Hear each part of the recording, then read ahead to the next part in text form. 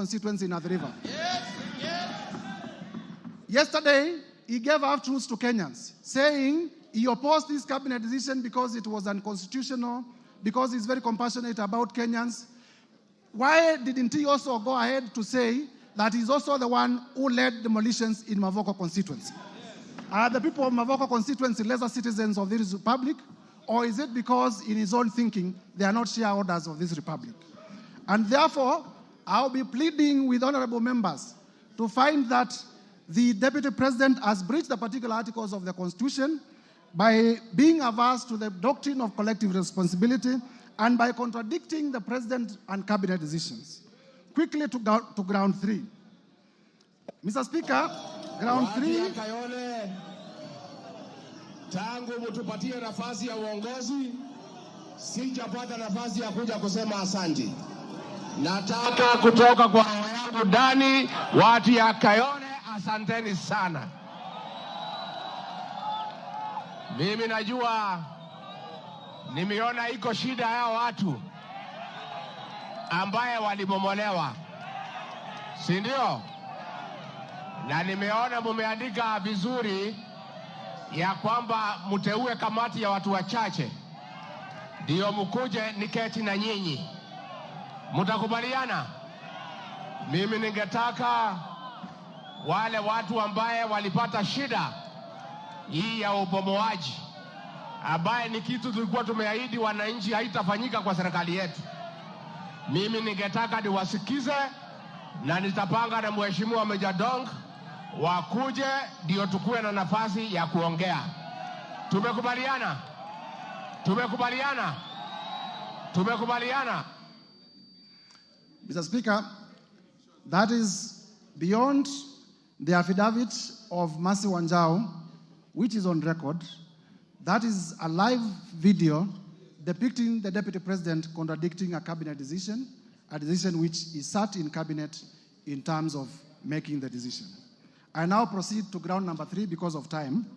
Under ground number three, Mr. Speaker, the Deputy President has breached Article 62 of the Constitution, Article 10(2) of the Constitution, Article 174 of the Constitution, Article 186 of the Constitution, and Article 189 of the Constitution.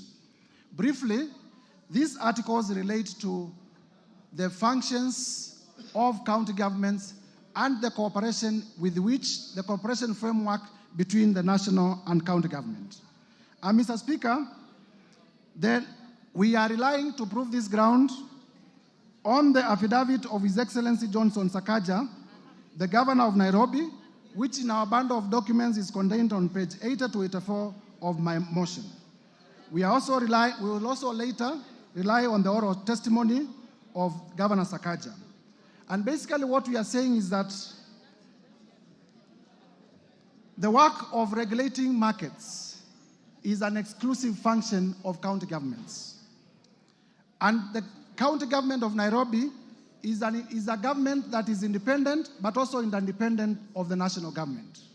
And where a function of a county government is independent of the other arm of government, the national government has no mandate at all to interfere in the execution of that document.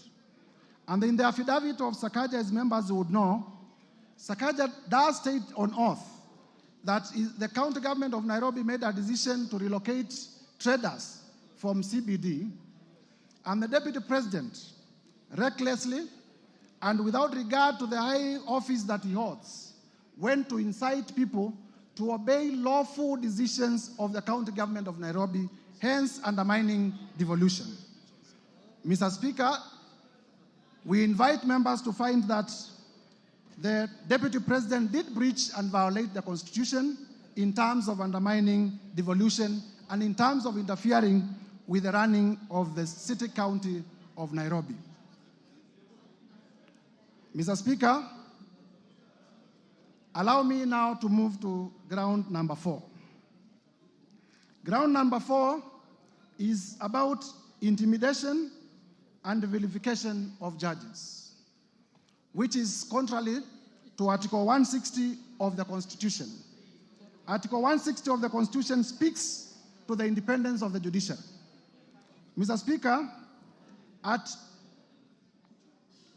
in our bundle of documents, at page 145 to 163, we have attached the decision of Lady Justice Esther Maina, where the Lady Justice Esther Maina found that 200 million shillings assets of His Excellency Rigathi Gachagua were proceeds of crime, and directed that the same be forfeited to the state.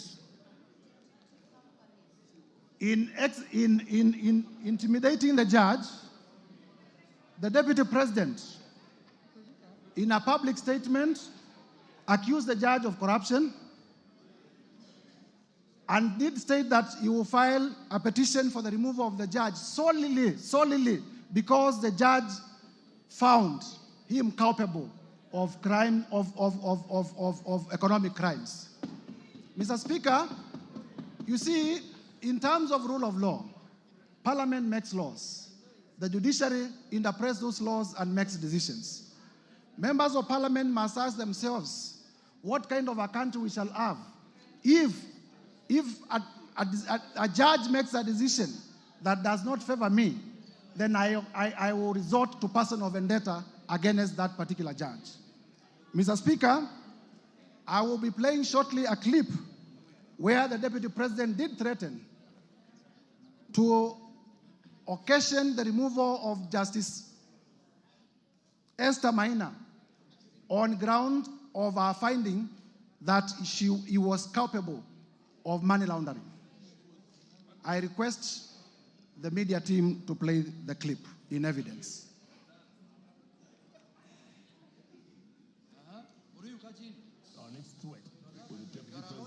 Gachagua now filing a petition to push. Now we begin the bulletin with the war on the judiciary, where Kenya Kwanza administration is making good on its threat, with the Deputy President Rigathi Gachagua now filing a petition to push for the removal of a judge from office. Gachagua says he will on Thursday file a petition with the Judicial Service Commission to push for the removal of Justice Esther Maina, who handled an economic crimes case against him in 2022 for alleged corruption and misconduct.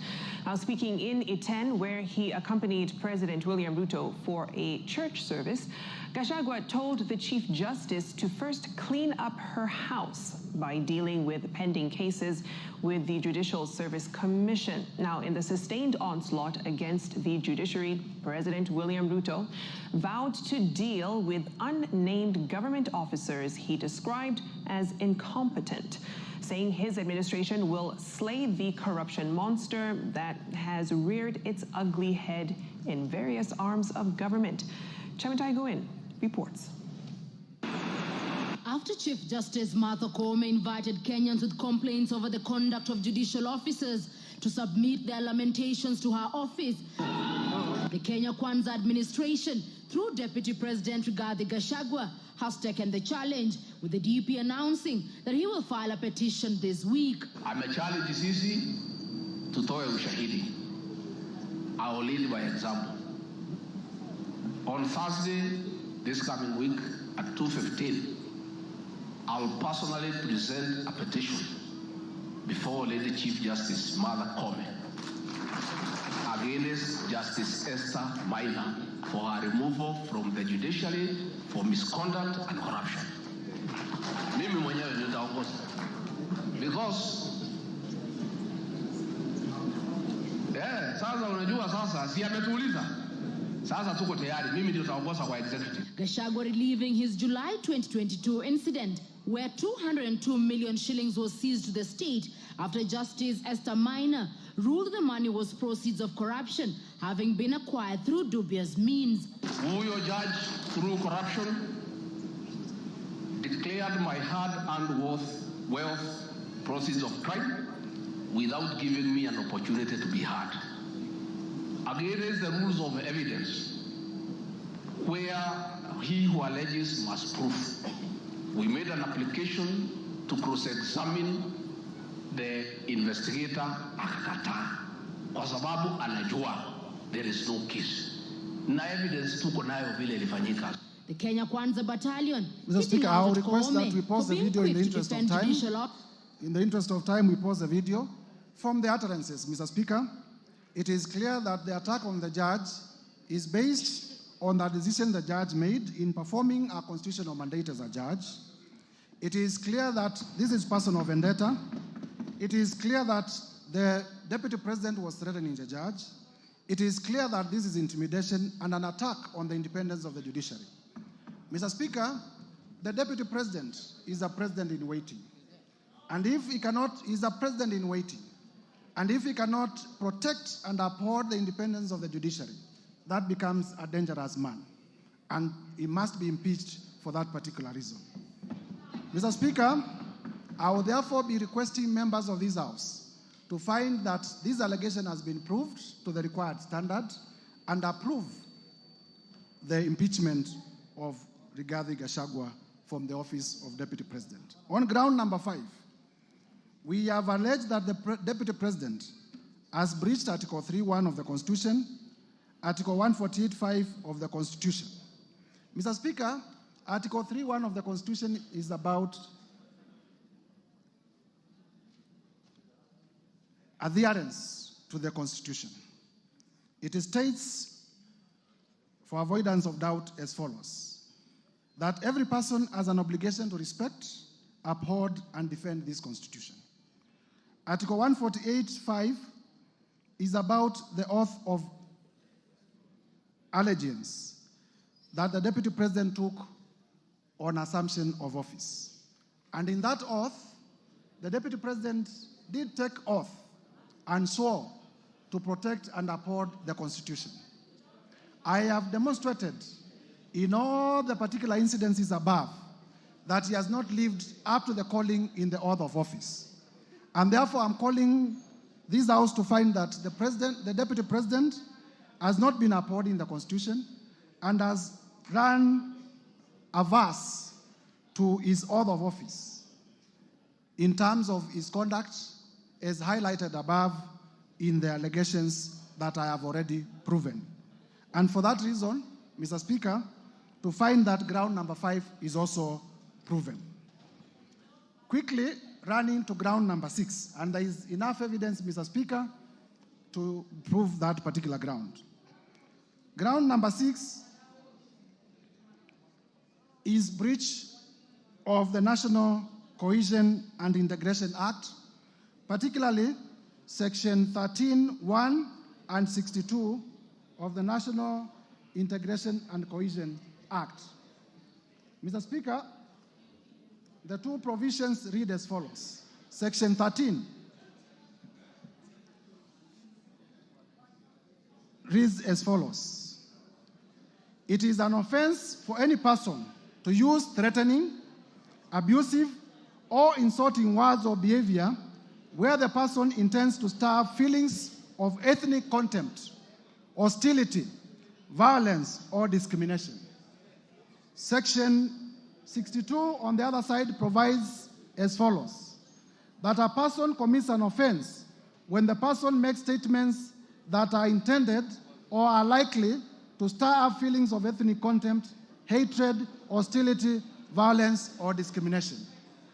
Mr. Speaker, in proving ground number 1, in terms of violation of the Constitution on national unity, I did provide evidence that the Deputy President has been using the shareholder language, has been terming the Kenya government as a company. And as much as those words offend the Constitution, similarly, they offend the National Cohesion and Integration Act. And by the same evidence, I invite members to find that the Deputy President has breached those provisions of the law. Mr. Speaker, turning now to ground number 7. Ground number 7, and this is important for members to know, is that serious reasons to believe that His Excellency Rigathi Gachagua, the ground is about serious reasons to believe. So all you need is to believe. All you need is to believe that he has committed crimes. All you need in law is to believe that Rigathi Gachagua has committed crimes. That is the threshold. If in your mind you believe that Rigathi Gachagua, by the narration that I'm going to give, has committed crimes, then you vote in the affirmative. Serious reasons to believe that Rigathi Gachagua has committed crimes under sections 45, 1A, 46 of the Anti-Corruption and Economic Crimes Act, and sections 2, 3, 4, 7 of the Proceeds of Crime and Money Laundering Act.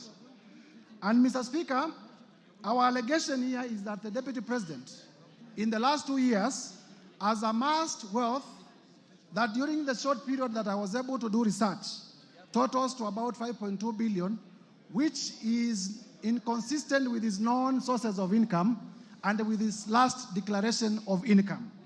Mr. Speaker, it will be remembered that during the presidential debate, the Deputy President did declare that he was worth 800 million.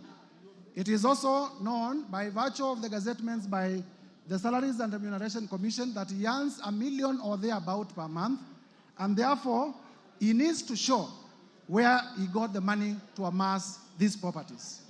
The import of my allegation is twofold. Number one, there is what we call unexplained assets under the Anti-Corruption and Economic Crimes Act. And number two, there is money laundering. Mr. Speaker, in my motion, I have listed a total of 22 companies that I believe the Deputy President has been using, number one, to amass, to award himself through conflict of interest, businesses in his office and in government. And number two, to purchase properties using unexplained sources of income. Mr. Speaker, it will be remembered that yesterday during the televised interview, the Deputy President went through all the companies and he did not deny that either of them belongs to him.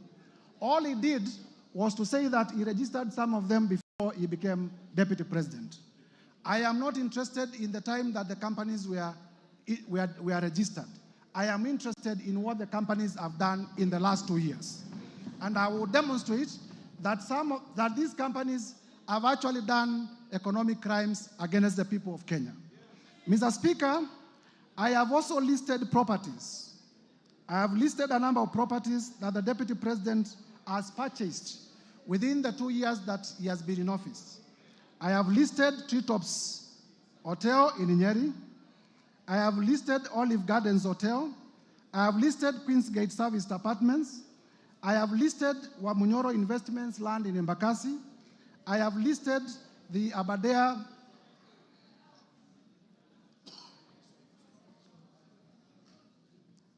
Treetops Hotel, Outspan Hotel, Olive Gardens Hotel, and the Vipingo Beach Resort. Mr. Speaker, you will be told by the defense that some of the properties that I've listed do not belong to Rigathi Gachagua, but they belong to the estate of Nderitu Gachagua. Mr. Speaker, as you listen, please know that this man is not fond of telling the truth. And I will prove to you, and I want you to listen to me very carefully, that Mr. Rigathi Gachagua, it is true that he was one of the administrators of the estate of his late brother. It is easy to hide under the dead because the dead cannot come to give evidence. But also, there are documents. I have with me the joint will executor's report on the status of the estate of Nderitu Gachagua as at 27th June 2024.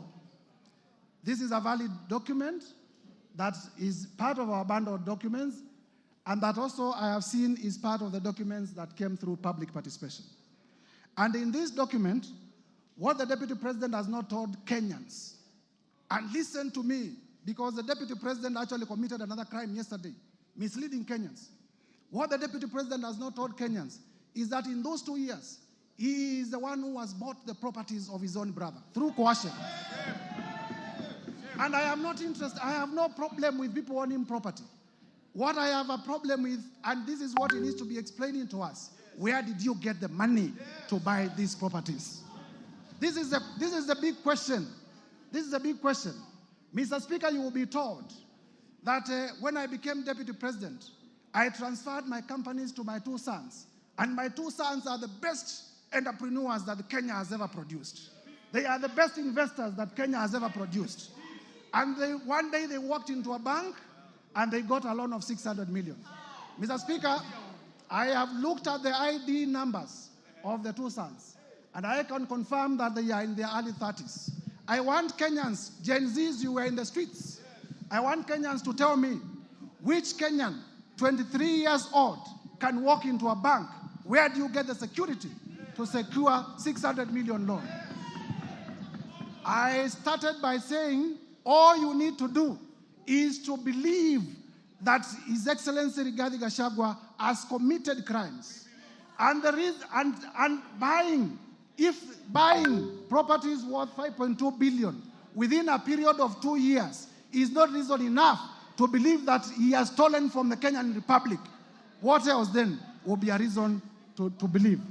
If a 28-year-old can be alleged to have walked into a bank and gotten a loan of 600 million, what else is a serious reason to believe that an economic crime has been done? Mr. Speaker, at page, shortly, Mr. Speaker, I have therefore proven that the Deputy President indeed is the one who bought, through coercion, the estate of his late brother. The source of funds to buy the estate is not known. Also in my bundle of documents, Mr. Speaker, there is a company called Crystal, and this is a very interesting company. This company called Crystal is the one that bought Aberdare Safari Hotel. And I have exhibited at page 122 of my bundle of documents a transfer document transferring the ownership of Aberdare Safari Hotel from the original owners to the children of the Deputy President Rigathi Gachagua at a consideration of 535 million. And this transfer, Mr. Speaker, was done on the 22nd November 2023, immediately after the Deputy President assuming office, and telling Kenyans that he found empty coffers. He was able, within 2 months, to buy a property worth 535 million in Nyeri. Which empty coffers did he find? The other day, I have exhibited at page 118 the CR12 of the new company, which shows that his two sons are the directors. I have also exhibited the transfer document to show that actually the ownership of the company did shift at a cost of 535 million. And therefore, I believe I have discharged my burden of proof to the required standard. Mr. Speaker, yesterday, the Deputy President said immediately became Deputy President, he asked his children not to do business with government. But you will realize, because he's speaking from both sides of his mouth, you will realize that even in this transaction about hotels, Treetops belongs to Kenya Wildlife Service. Yes, it is true he has leased. But if you say that you have instructed your children not to transact with government, and then you lease an hotel owned by the government, are you not transacting with government? Are you not transacting with government? And therefore, the live interview by the Deputy President yesterday is a further ground for the Deputy President to be impeached. I can go on and on and on to show that the Deputy President did purchase Kuruwitu Home Resort at a cost of 250 million from the estate of his own brother. Mr. Speaker, you were told also that Vipingo Ridge Hotel is a property within the estate of the late brother to the Deputy President. But I have exhibited in my bundle of documents CR12. CR12 is a document that shows the company directors, showing the children of the Deputy President as directors of Vipingo Hotels. The children of the deputy president are not listed in the will as executors of his estate. So one would wonder, because they are not listed as executors of the estate of the Ritu Gachagua, then where do they come in terms of owning the Vipingo company? It can only be by way of purchase, it can only be by way of money laundering. Mr. Speaker, one other reason why I have provided the 20-something companies and the properties is also to demonstrate character. Some of these companies have not transacted. It is my prosecution theory that these are special purpose vehicles for purposes of money laundering and for purposes of preparation for money laundering. And therefore, one would wonder why the deputy president would have so many companies that are not active, except for the reason of waiting for a prime day for them to launder resources from government.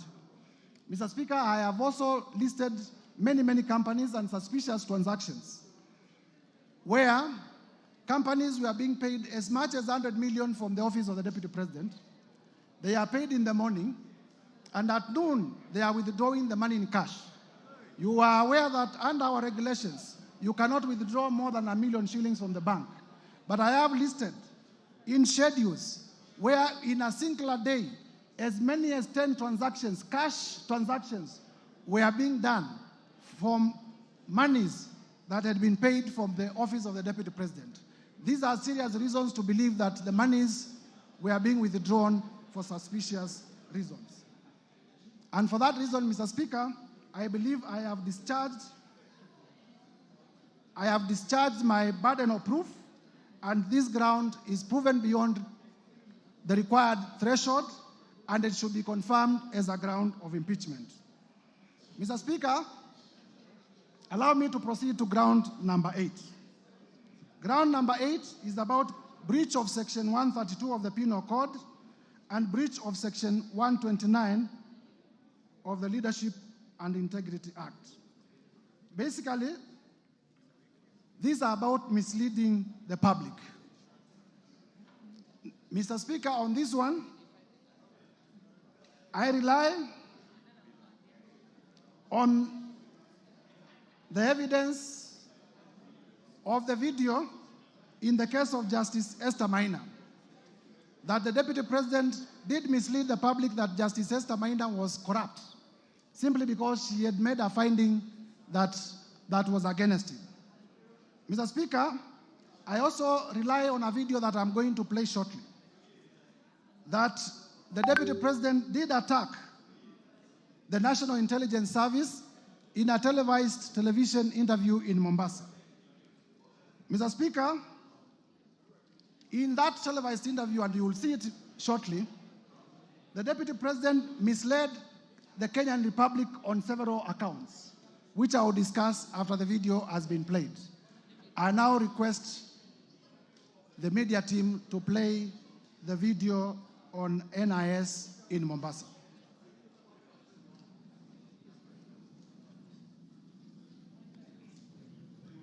Where did the rain begin to beat us?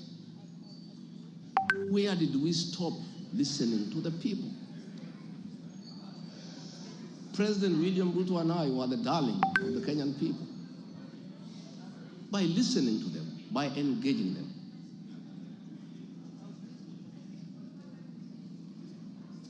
And as a government, we have established institutions to ensure we not only listen to Kenyans, but also genuinely understand their concerns. We invest significant resources in these institutions, particularly the National Intelligence Service, for this purpose. It is clear there has been a failure in the intelligence and advice we are receiving, particularly concerning crucial government policies. The President of the Republic of Kenya today has admitted that it has come to his attention that the people of Kenya did not want anything to do with the Finance Bill 2024.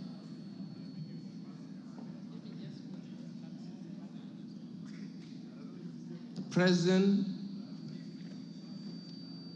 has now agreed that we need to listen to the people.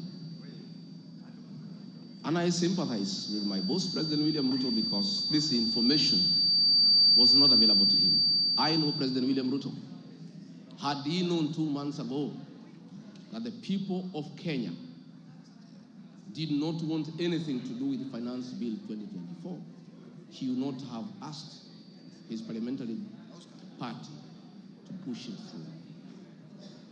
Yet, we have an organization paid by the public to give him and government such information.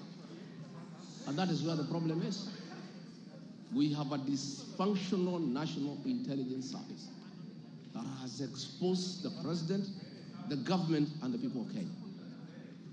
Had the National Intelligence Service briefed the president 2 months ago about how the people of Kenya feel about the Finance Bill 2024, so many Kenyans would not have died.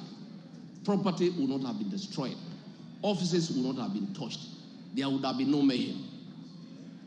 But they slept on the job. It had to take people to die, property to be destroyed, protests across the country for the president to know the truth of what the people of Kenya feel. Yet, there is an organization paid for by the public to brief the president and the government about the feeling of the Kenyan people. With the permission, Mr. Speaker, I request Officers that we of the pause the National video Intelligence Service, because officers of the National... we have already displayed the context. Mr. Speaker, the point I'm making here is simple. That this is the Deputy President of the Republic of Kenya. By virtue of being the Deputy President of the Republic of Kenya, he is also a member of the National Security Council. The NIS is also in membership of the National Security Council.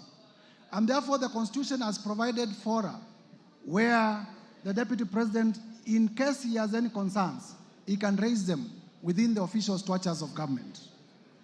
Instead of doing that, he chose to be reckless, in complete disregard of the office, of the high calling of the office that he holds, the office of the Deputy President. It will be remembered that at this particular time, the country was at a security crisis, and inflammatory remarks would have led to the country disintegrating. Inflammatory remarks would have led to the social fabric of this country tearing apart. And therefore, by such doing, I am inviting the House to find that the Deputy President did mislead the public. The Deputy President did live below the expectations of the office that he holds, made unfounded, sensational statements, and therefore, that ground should be upheld for his impeachment. Mr. Speaker, further to that, in the oath of allegiance to office, the Deputy President swore, and I quote, to refrain from directly or indirectly revealing such matters as shall come to my knowledge in the discharge of my duties and committed to my secrecy. Mr. Speaker, as you would notice in that clip, the Deputy President says that he has been told in confidence. Mark the words, I have been told in confidence by officers of the following. And while aware that he took an oath not to divulge information that comes to him in secrecy, he went ahead and divulged that information. I'll be inviting this House to find that the Deputy President breached his own oath of allegiance to office. And a person who breaches his own oath of allegiance to office is not fit to hold the office of the Deputy President. I therefore urge members to find that this ground has been proven to the required standard and uphold it for impeachment. Under ground 9, Mr. Speaker, on gross misconduct. Gross misconduct has been defined as the dereliction of duty in the Black's Law Dictionary. Gross misconduct has been defined as the dereliction of duty and lawful or improper behavior. Mr. Speaker, we have alleged that the Deputy President did breach Article 151B of the Constitution in his utterances against the National Intelligence Service, and that is incompatible with the high calling, dignified status, and the discretion required of the office of the Deputy President. And because I had laid basis in the foregoing ground, I wish to urge members, using the same evidence that I've adduced above, to also find that ground number 10 is also proven. Ground number 9, that is. On ground number 10, gross misconduct on insubordination. We have the evidence of Mercy Wanjau in the form of an affidavit that cabinet makes decisions and the Deputy President defies. I have video clips in Nyanza where the President did direct. In fact, he said it is primitive for people to say that certain sections of the country cannot receive development by virtue of how they voted in the last elections. And then immediately thereafter, the Deputy President repeated his shareholder Kenya government company utterances, directly contradicting the President. In that arrangement, Mr. Speaker, I am submitting that that is insubordination, and the evidence that we have tendered in the interest of time on record is enough to prove that ground, and members should be able to approve that the Deputy President, His Excellency Rigathi Gachagua, has been undermining his boss, has been undermining cabinet, and therefore is guilty of the offense of gross misconduct in terms of insubordination. Mr. Speaker,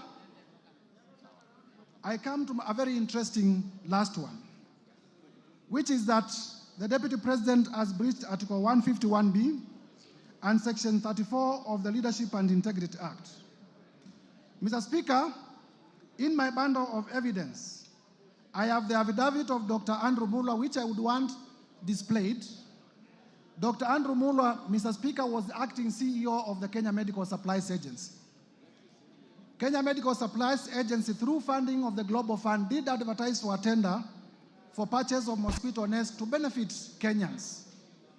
The tender was worth about 3.7 billion.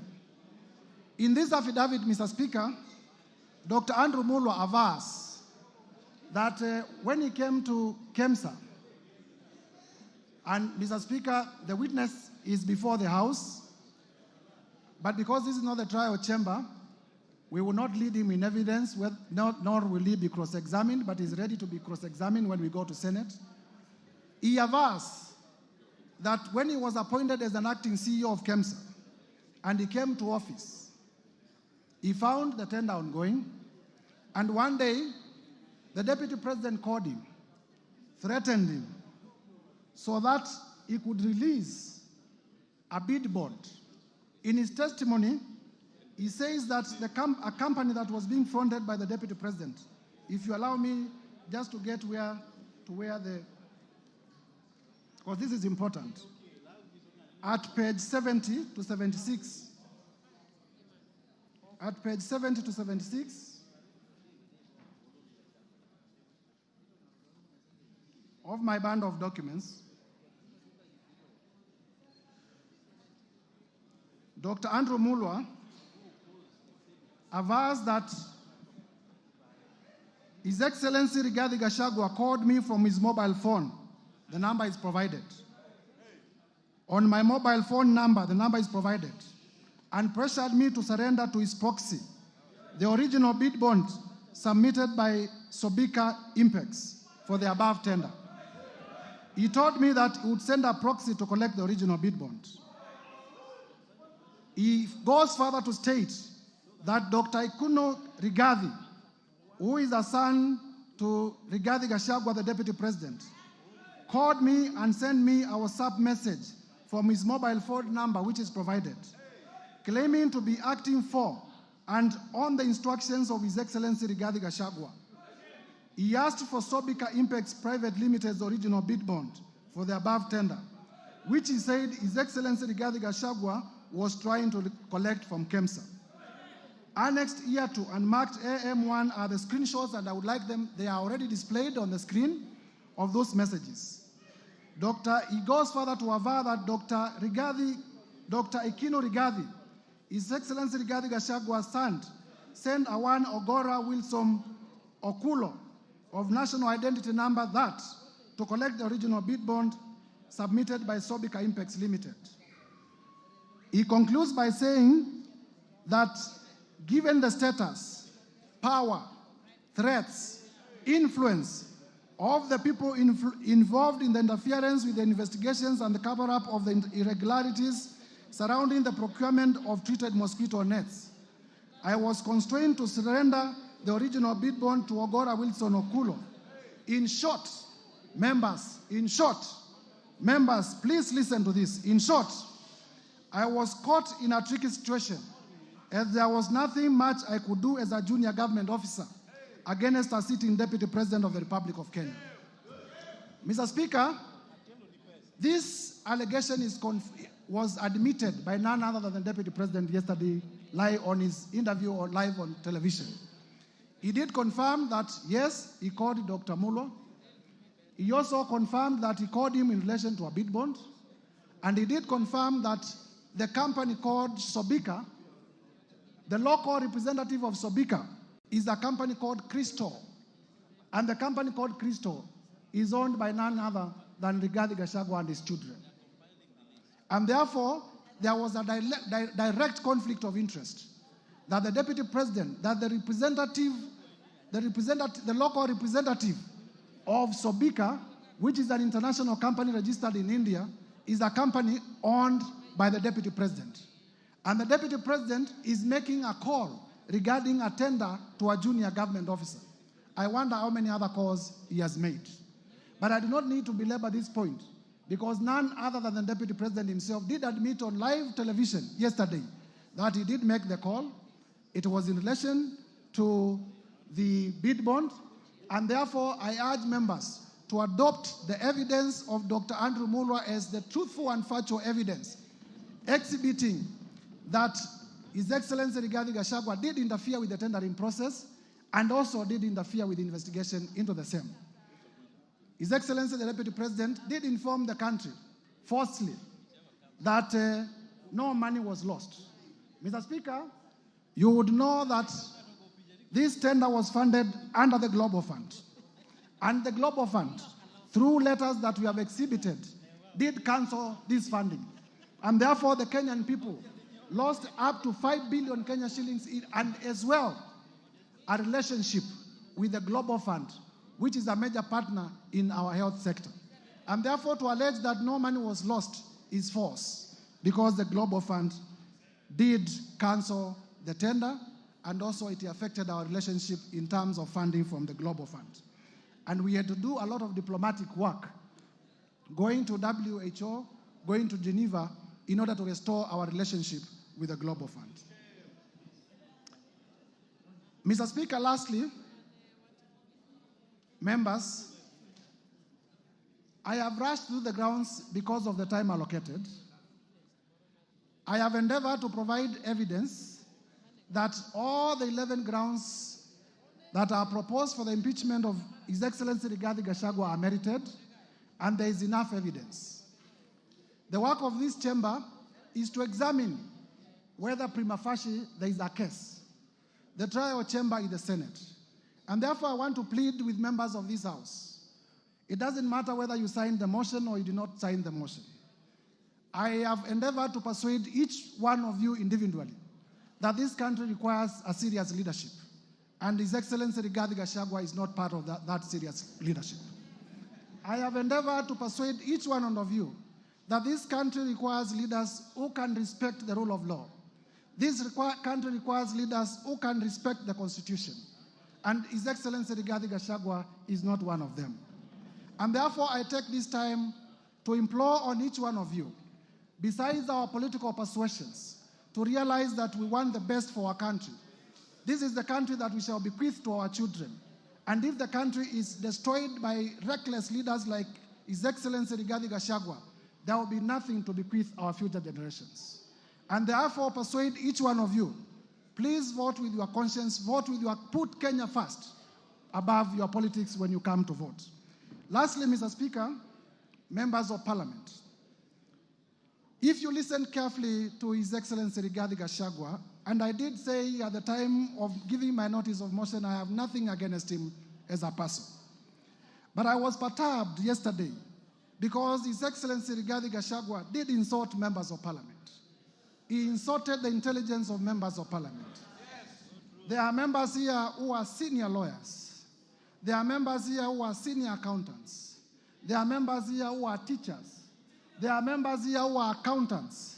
There are members, all of us are respected in our societies. The people of Kenya have elected us to exercise a constitutional mandate in this country. But His Excellency Rigathi Gachagua did say that most of the members of Parliament signed the motion without reading it. That is an insult to your intelligence. His Excellency Rigathi Gachagua, in the live interview yesterday, did say that Parliament is a theater of the absurd. In my training as a lawyer, he who insults the jury deserves no mercy from the jury. He who insults the jury deserves no mercy from the jury. His Excellency Rigathi Gachagua has insulted you before Kenyans. I urge you to rise up to the occasion. I urge you to rise up to the occasion. Uphold all the 11 grounds. Uphold all the 11 grounds. Uphold all the 11 grounds. Mr. Speaker, there is evidence that I have not gone through. The whole issue of Wamunyoro investments and the land in Embakasi. I have evidence in my bundle of documents that His Excellency Rigathi Gachagua used his office as the Deputy President, called junior officers at the Ministry of Lands, forced them to forge documents to the effect that Wamunyoro Investment had bought the land in Embakasi long even before it had been registered as a company. That land, Mr. Speaker, belongs to a sickly civil servant. It belongs to a father, it belongs to a mother. Mr. Speaker, we must have a Deputy President who is compassionate. I watched the Deputy President yesterday on television displaying impunity and arrogance. He told Kenya, yes, I have said Kenya is a company, Mutadu. He has said that Kenya is a company. Unapologetically, he has said Kenya is a company. Is this the kind of a person you would want to be your Deputy President? Members of Parliament, I do not want to imagine that anything can happen to the sitting president. I do not want to imagine. But it is also a factual reality that something can happen to the president who is in power today. If anything, and God forbid, happens to the president who is in power today, is this the man you would want to complete the term as president? This man,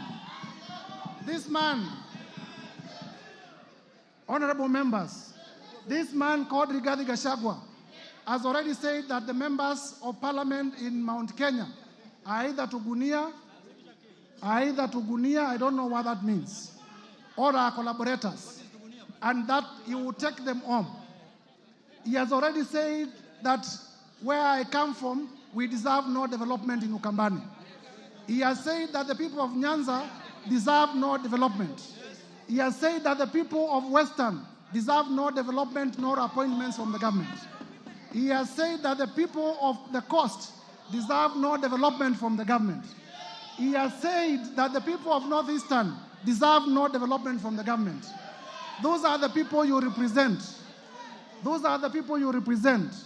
As you rise up to vote, please have the best interest of your people at heart. I urge you, honorable members, as one of your colleagues. I urge you, honorable members, as one of your colleagues. When this motion is finally put to vote, please vote to impeach Rigathi Gachagua. Please vote to impeach Rigathi Gachagua on all the grounds. As I conclude, Mr. Speaker,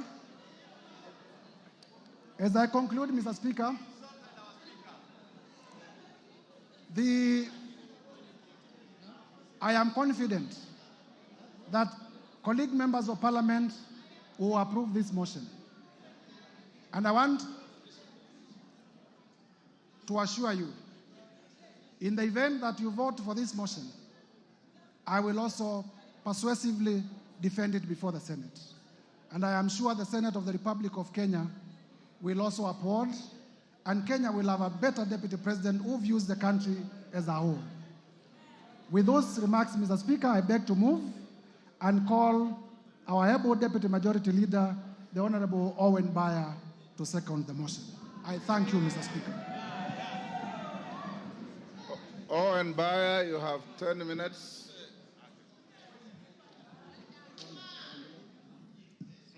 It's okay. Owen Baya, you may proceed. Okay. Thank you very much, Honorable Speaker. Honorable Speaker, I rise to second the special motion for the removal from office by impeachment of His Excellency Rigathi Gachagua, the Deputy President of the Republic of Kenya. Honorable Speaker, in opening, I would like to thank the Honorable Mutuse for the courage and valor in tabling and moving this motion. Honorable Speaker, in his address yesterday, the Deputy President called Parliament and this National Assembly a theater of the absurd, a house of ridicule, a house which processes trash. That's what he said about this Parliament. Honorable Speaker, just like the Deputy President, I'm a student of literature, having been taught by the late Wasamba Were and the late Professor Imbuga. In the definition, Honorable Speaker, of the theater of absurd, a theater of absurd is without plot, is directionless, is laced with stupidity, lacks thoughts, lacks coherence of ideas. It is irrational and logical. If you have read the book by Samuel Beckett, you will know that in that book called Waiting for Godot, that he actually said, this Parliament is as good as that literature. Honorable Speaker, I sit in this Parliament and many members. Are we a theater of absurd? Members, are we directionless?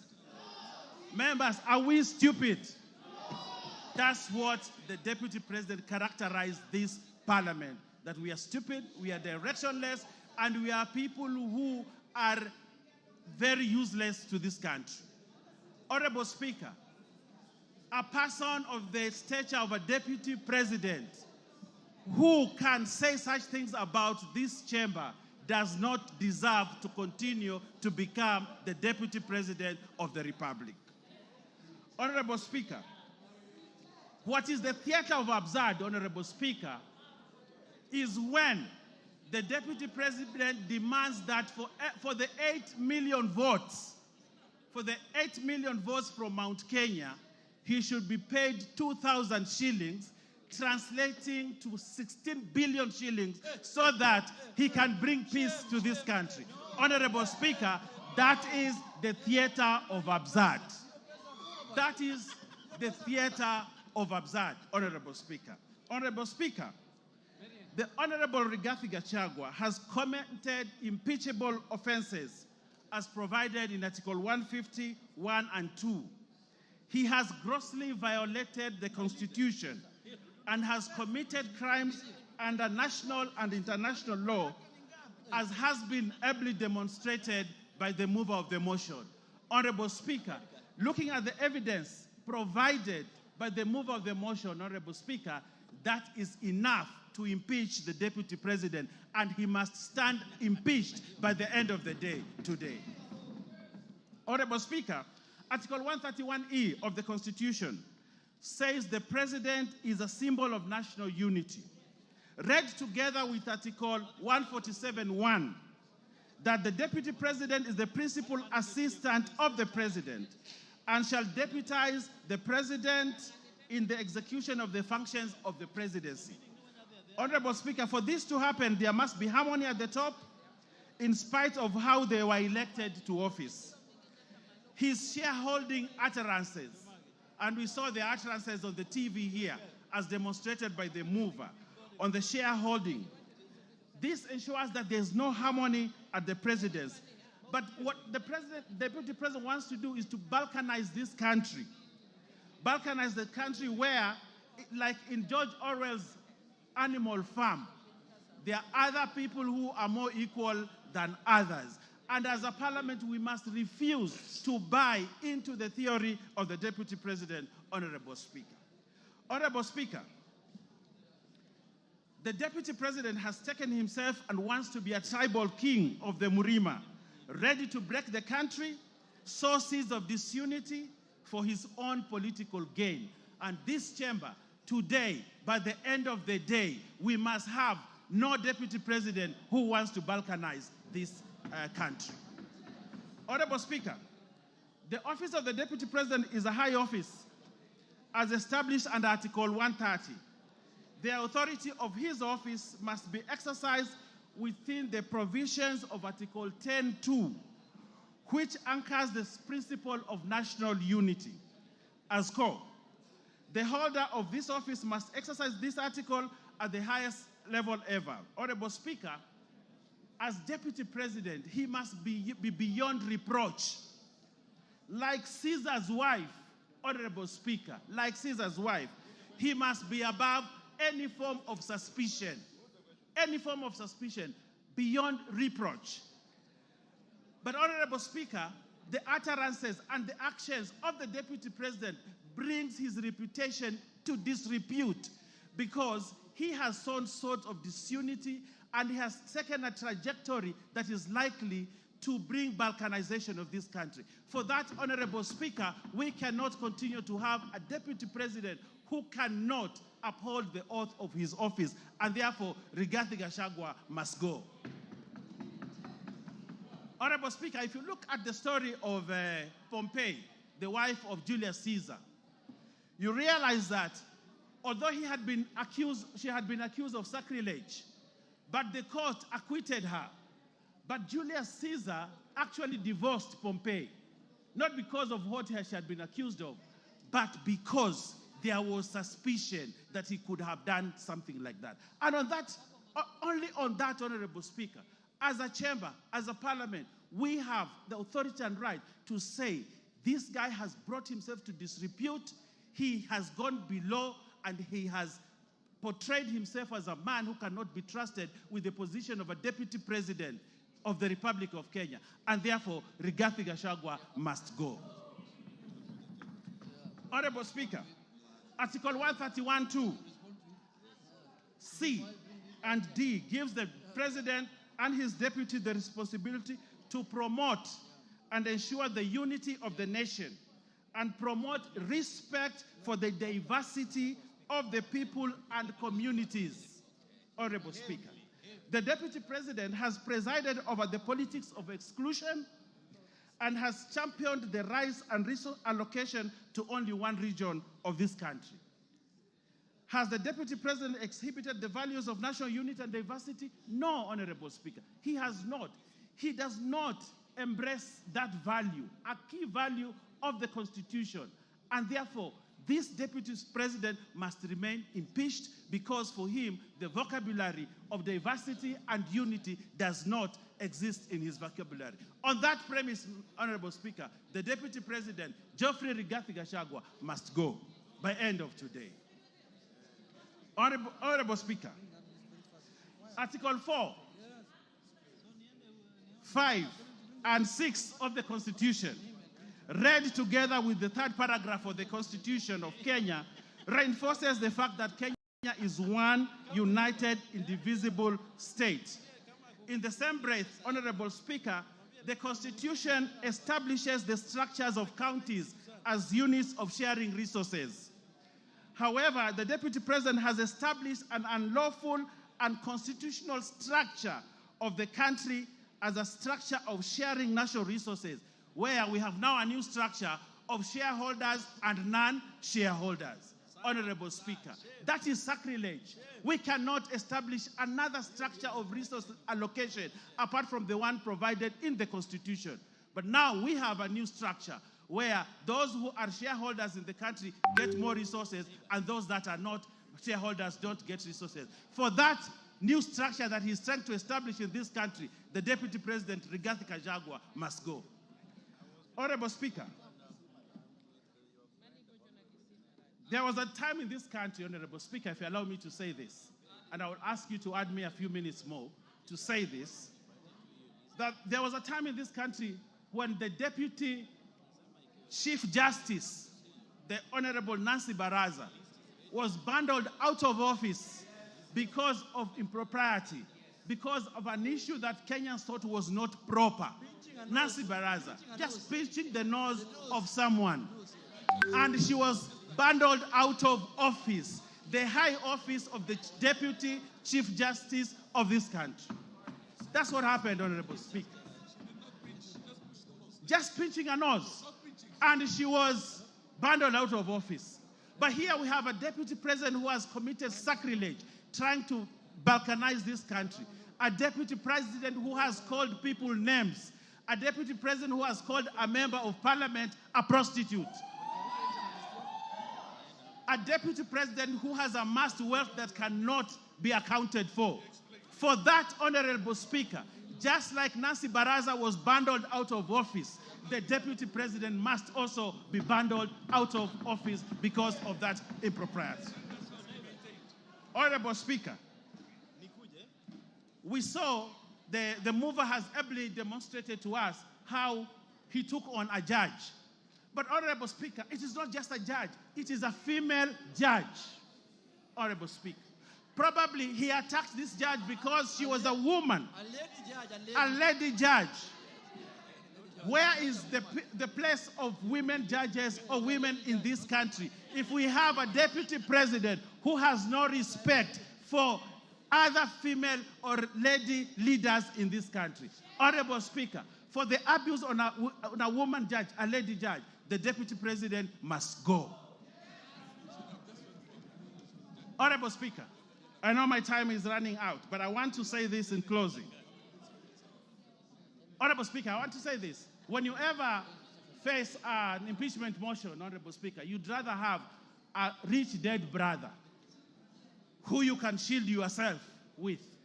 We saw what the Deputy President tried to do yesterday. But I want to tell him that Kenyans are clever and they read through what he wanted to do yesterday. And they will not buy it. It does not sell. It won't be bought. We know who he is. We know. Give him 1 minute. Finish up. Finish up. Yes, Honorable Speaker. We know what he tried to do yesterday, but we can't buy it, Honorable Speaker. And therefore, Rigathi Gachagua must stand impeached at the end of the day. Honorable Speaker, we are in this boat together. We have one character in this boat called Kenya who is trying to rock it from within. He's trying to break this country. In that event, Honorable Speaker, we have a duty, if we're in that boat, to remove this one person from this boat and toss him into the high seas so that everybody is safe. And that is the duty that we must do today. And I want to convince even those that still have doubts of whether this guy should continue. I want to convince them we are safer as Kenya without Rigathi Gachagua as Deputy President of this country. We are safer as a country. The northeastern region is safer.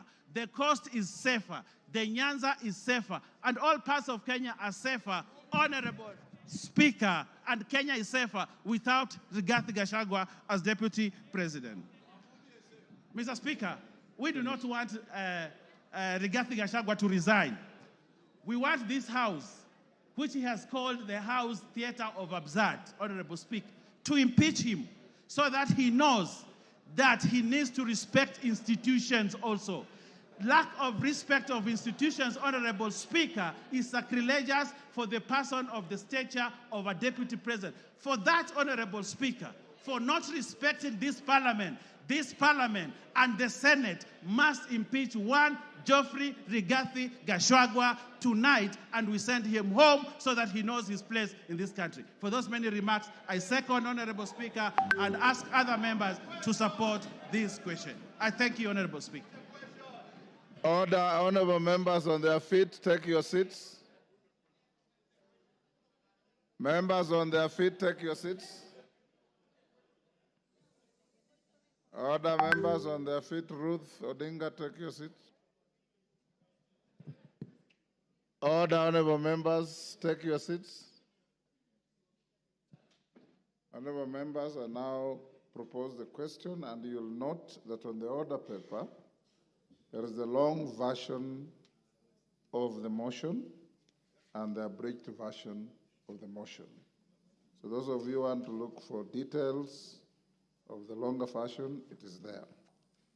I now propose the question, which is that pursuant to the provisions of Article 145 and 151B and 2 of the Constitution and Standing Order 64 and 65, this House resolves to remove from office by impeachment His Excellency Honorable Rigathi Gachagua, EGH, the Deputy President of the Republic of Kenya, on the following grounds. 1.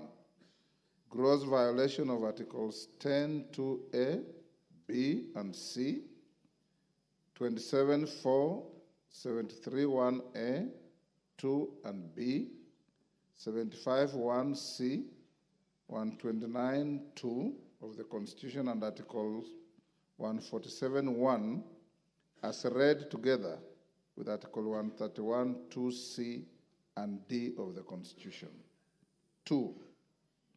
Gross violation of Articles 174(1) and 152(1) of the Constitution by undermining the President and the Cabinet and the effective discharge of the national government's executive mandate.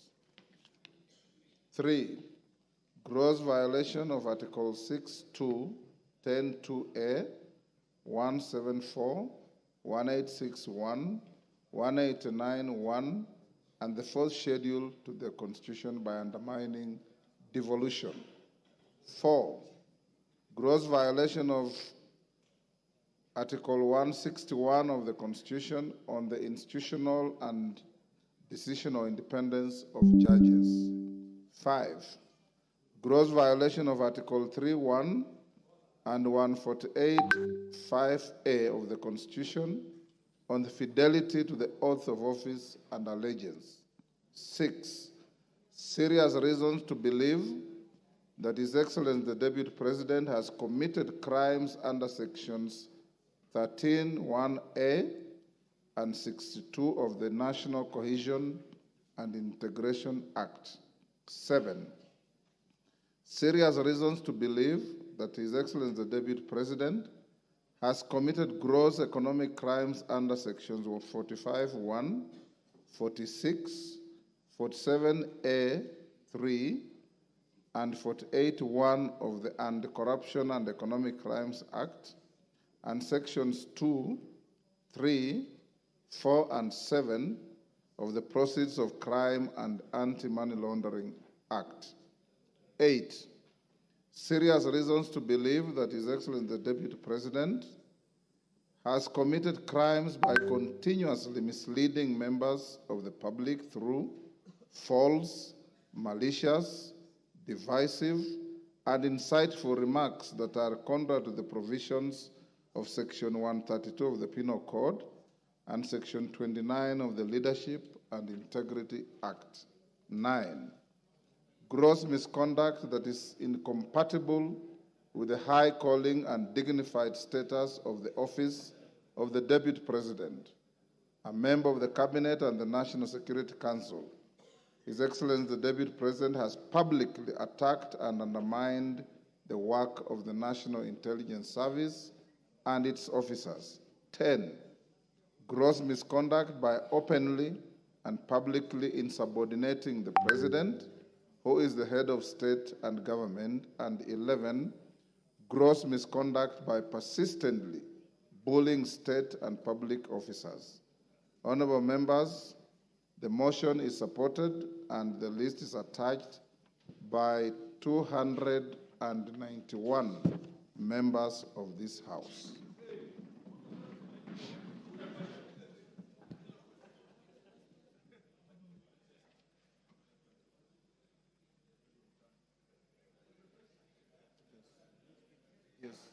Members, before I open the debate, I received a letter from one Honorable Wandeto purporting to withdraw his signature.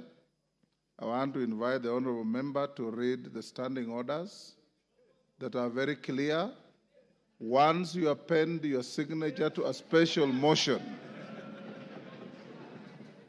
once you append your signature on a special motion, you have crossed the Rubicon, and you cannot withdraw that signature. Honorable Otienda Molo. Thank you, Mr. Speaker. Mr. Speaker, Mr. Speaker, shall I use the dispatch with your permission? Thank you.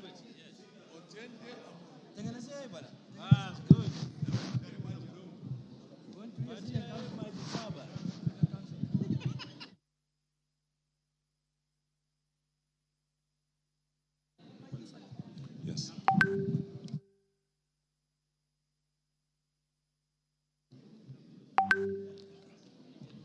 Thank you, Mr. Speaker. Mr. Speaker, this special motion is unprecedented but contemplated by the Constitution, and I support it.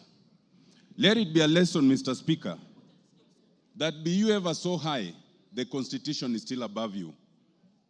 Mr. Speaker, some have told me and have told us that this is not our war. But, Mr. Speaker, they do not know that in circumstances of combat, a bystander is at greater risk than a combatant. You must choose your side.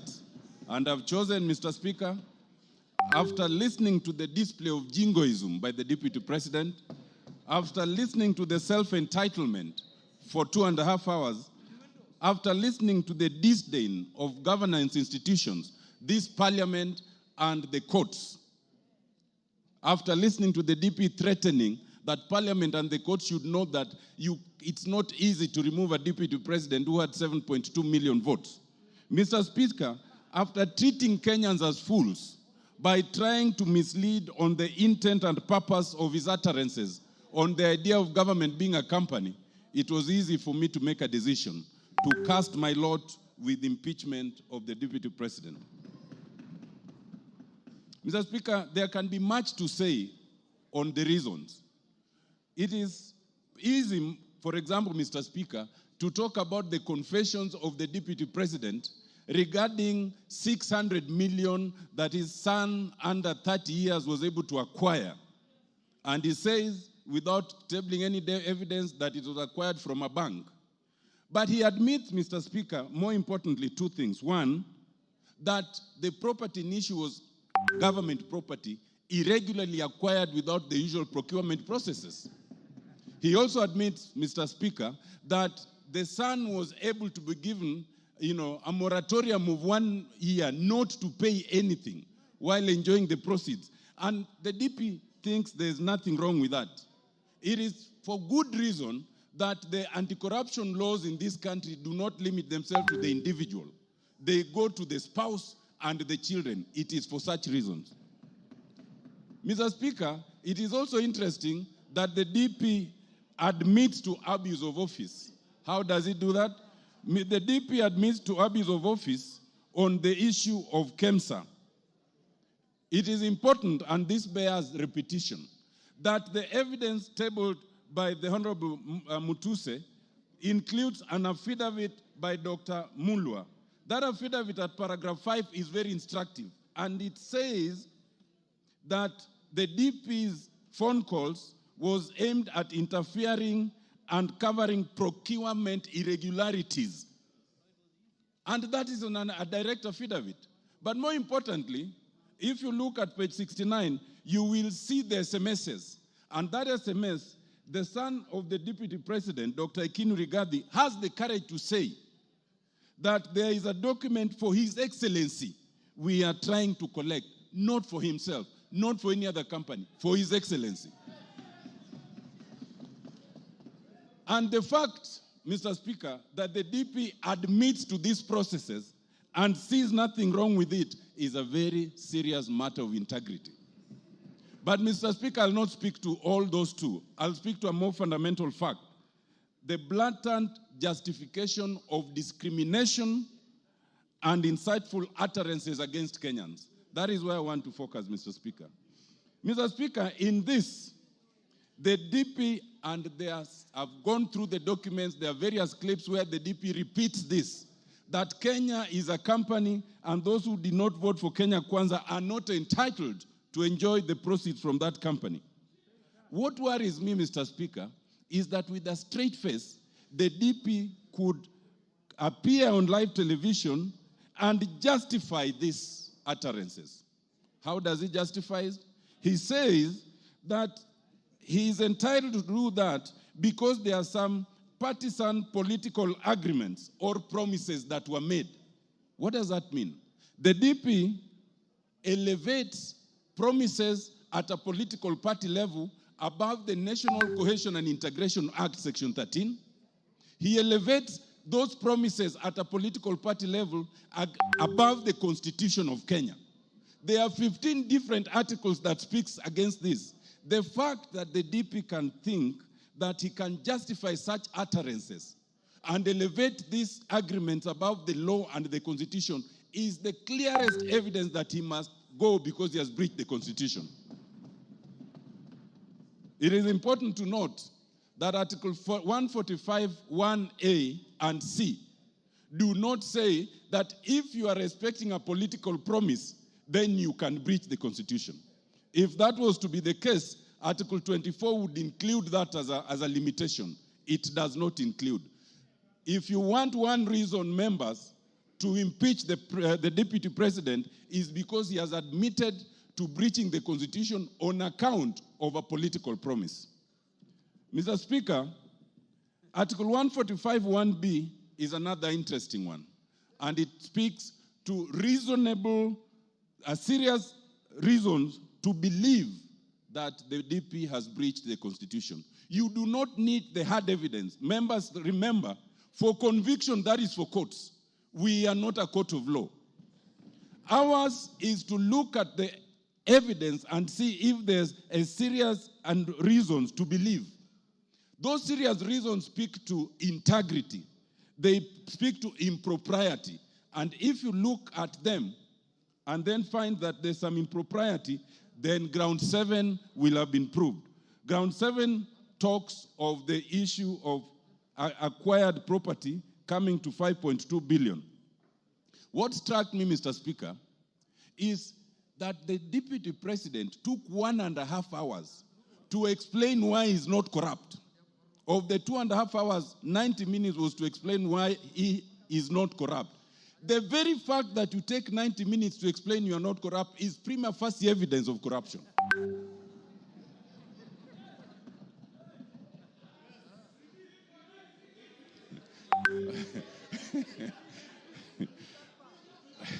Mr. Speaker, for one who is not corrupt, you can explain it in a sentence, period. To take 90 minutes is in itself prima facie evidence that there's corruption. Mr. Speaker, on the KEMSA issue, other than the affidavit and their interference, the affidavit, the DP then admits interference. Whoever advised the DP to do that live interview could not have had his interest at heart, but has made our work much easier.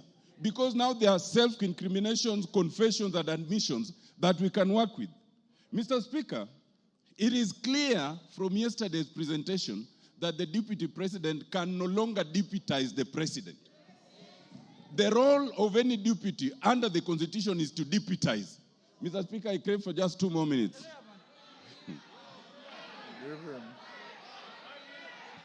So that, Mr. Speaker, even the fact, Mr. Speaker, it is not a ground of the impeachment by Honorable Mwangi Mutuse. But it has become a clear ground from yesterday's interview that the DP is incapable of deputying the president. And if we needed an independent ground, that is very clear. It is also clear that the DP can no longer be part of a cabinet. It is a basic rule in terms of labor law. If you cannot work with your boss, if you insubordinate your boss, if one person is to go, is the subordinate, not the boss. Mr. Speaker,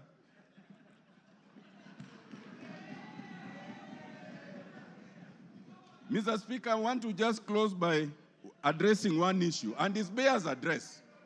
Some Kenyans, hello, Mr. Speaker, it is important to address this issue. Some Kenyans want us to divert attention from the impeachment that is before us.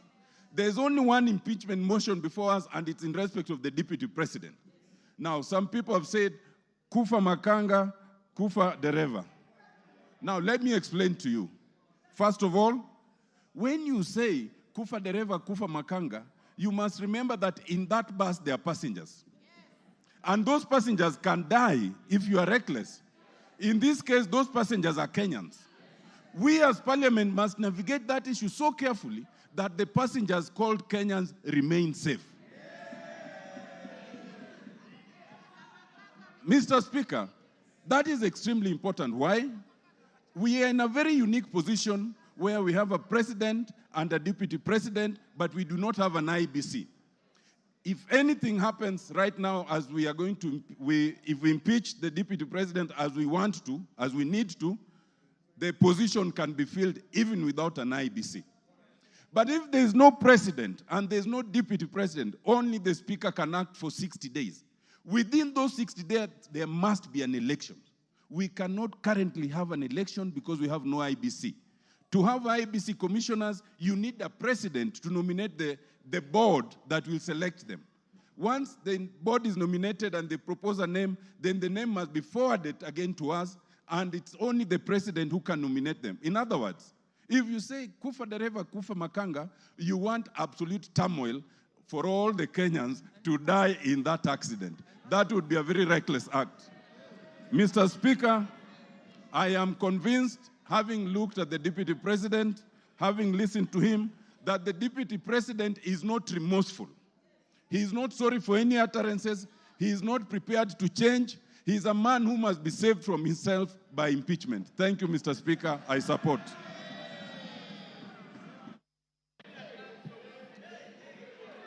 George, order. George Morugara.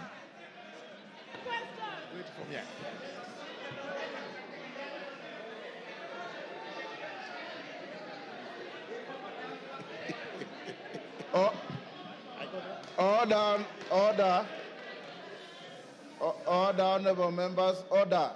Order, Bensouda. Freeze. Freeze where you are. Order, members. Order, honorable members. I know the limits of exuberance are high. Order. Beatrice, freeze where you are. I know the levels of exuberance are high, but let's listen to those who are speaking. There's a lot of requests to speak, and I did tell you that in a motion such as this, Dr. Bukose will not ask to put the question. So let's listen to each other. Of course, the canned and band of debate cannot be ruled out in acknowledging good issues and disagreeing, but let's have some decorum. Those of you who speak, you have 5 minutes. If you can finish earlier, the better, so that many more can speak. Go on, Murugara. And members, when you are given permission to speak, if you wish to come to the dispatch box, do so. If you want to speak from where you are, do so. Thank you. Thank you very much, Mr. Speaker. Mr. Speaker, before I even state my position as regards this motion, it is important for me to express what the views of Kenyans are regarding this motion, and especially with a hindsight of the public participation that we did, and also from the public opinion which was communicated to Kenyans through an agency that conducts opinion polls. It is vitally important to remind Kenyans that through the public participation that we did on Friday and Saturday, it was overwhelming that Kenyans were in approval of the motion, and therefore we must respect their position. We must also remind Kenyans that an agency by the name TIFA has come up with an opinion polling, which again has indicated that Kenyans are in favor of the motion. Therefore, even as we debate today, even as we agonize over this motion, even as we consult the Honorable Mwengi Mutuse, as we have done from time to time, as regards this motion, it is quite clear that Kenyans are in favor of the motion carrying the day. I therefore respect the position of Kenyans. I respect the position of my constituents of Tharaka, and I do confirm that I rise to support the motion. That today, the motion that has been brought to this House to have His Excellency the Deputy President of the Republic of Kenya, the Honorable Rigathi Gachagua, impeached, carries the day by a vote to be taken by the House. I must commend the Honorable Mwengi Mutuse, who is actually my vice chairperson in Justice and Legal Affairs Committee, for work excellently done. And repeat the position he has made, that we are not a court of law trying a suspect. We are a House of Parliament which is required to just consider whether the grounds advanced are actually substantiated. Do we have reasons to believe that the grounds advanced are substantiated? Having listened to the mover, having looked at the documentation, and I confess we have burnt midnight oil looking at this particular motion and the supporting documentation, these grounds are substantiated. Allow me briefly to just mention but a few. Ground number one, which is on dangerous divisions in the country, is propagated by the Deputy President. The Deputy President last night admitted and tried to qualify the admission that he had likened Kenya to a company. There is total difference between likening the government to a company and stating categorically that the government is actually a company. The Deputy President, in the clips we have watched, was candid in a statement to Kenyans that the government is actually a company and that each one of us has or does not have shares in that company. The net effect of this is, if you do not have shares, then you do not belong to Kenya.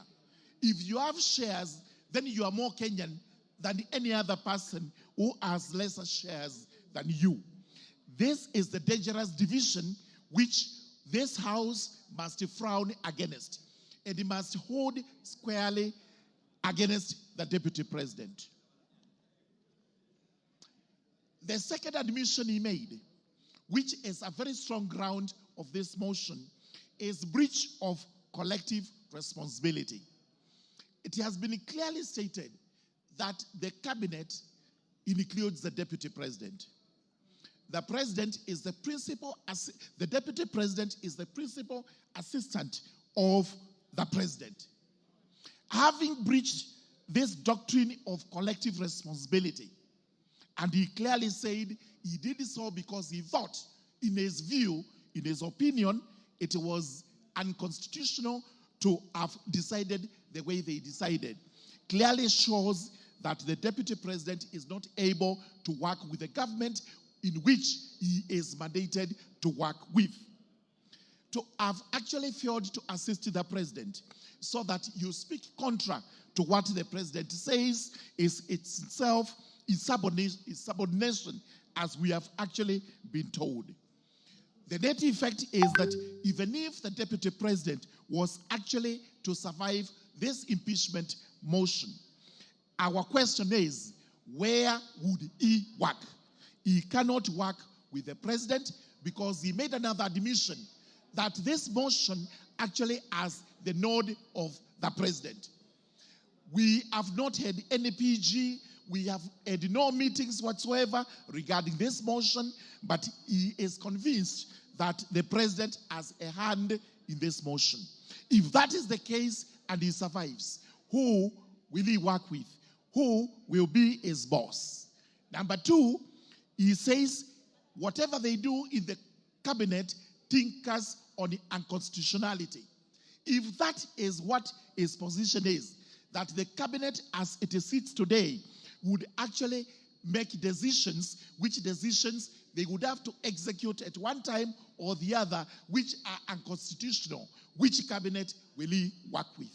Therefore, it goes without gainsaying that the personality of the deputy president, His Excellency Rigathi Gachagua, is untenable as far as the presidency is concerned and as far as the cabinet is concerned. 1 minute more. There has been an argument regarding the companies, and Honorable Mutuse has read out the companies which nobody seems to know exactly why these companies were formed. Exactly what was the ulterior motive of forming these companies. But what I wish to point out regarding the companies, and what Kenyans should know, is that some of the properties under which the deputy president aid, stating that these were properties of his late brother, are actually today his properties. Most important is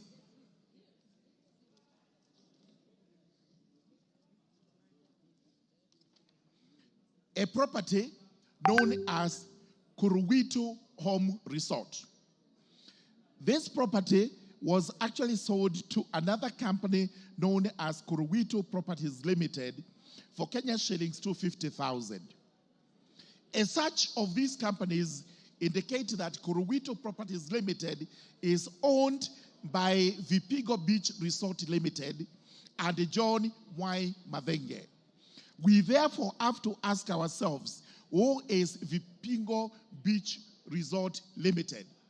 And CR12 indicates that this company is actually owned in shares by Keith Ekino Rigathi, Kevin Gachagua Rigathi, the estate of the deceased James Nderitu Gachagua.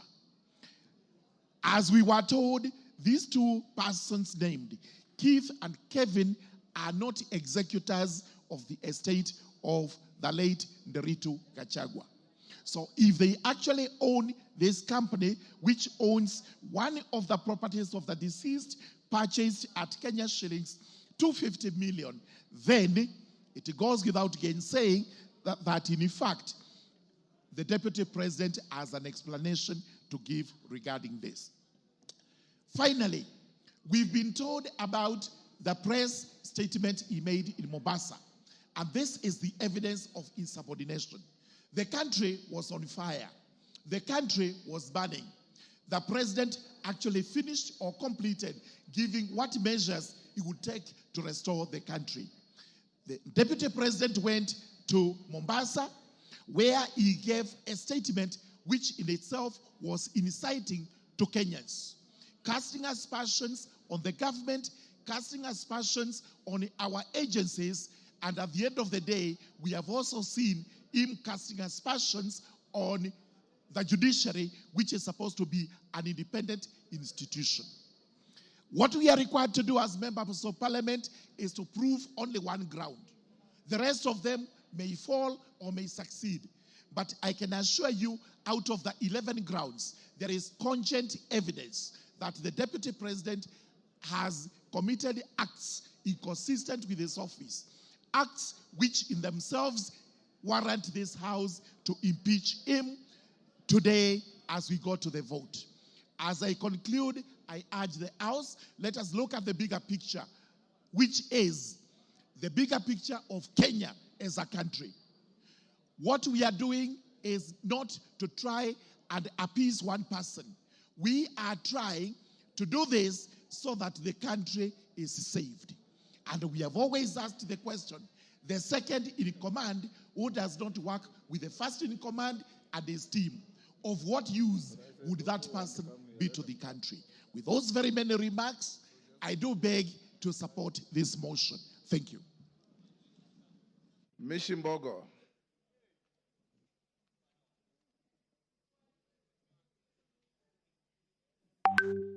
Give her the mic. Asante sana Mheshimiwa Spika. Mheshimiwa Spika, nasimama hapa kuunga mkono hoja hii ya kumng'atua mamlakani naibu wa rais Bwana Rigathi Gachagua.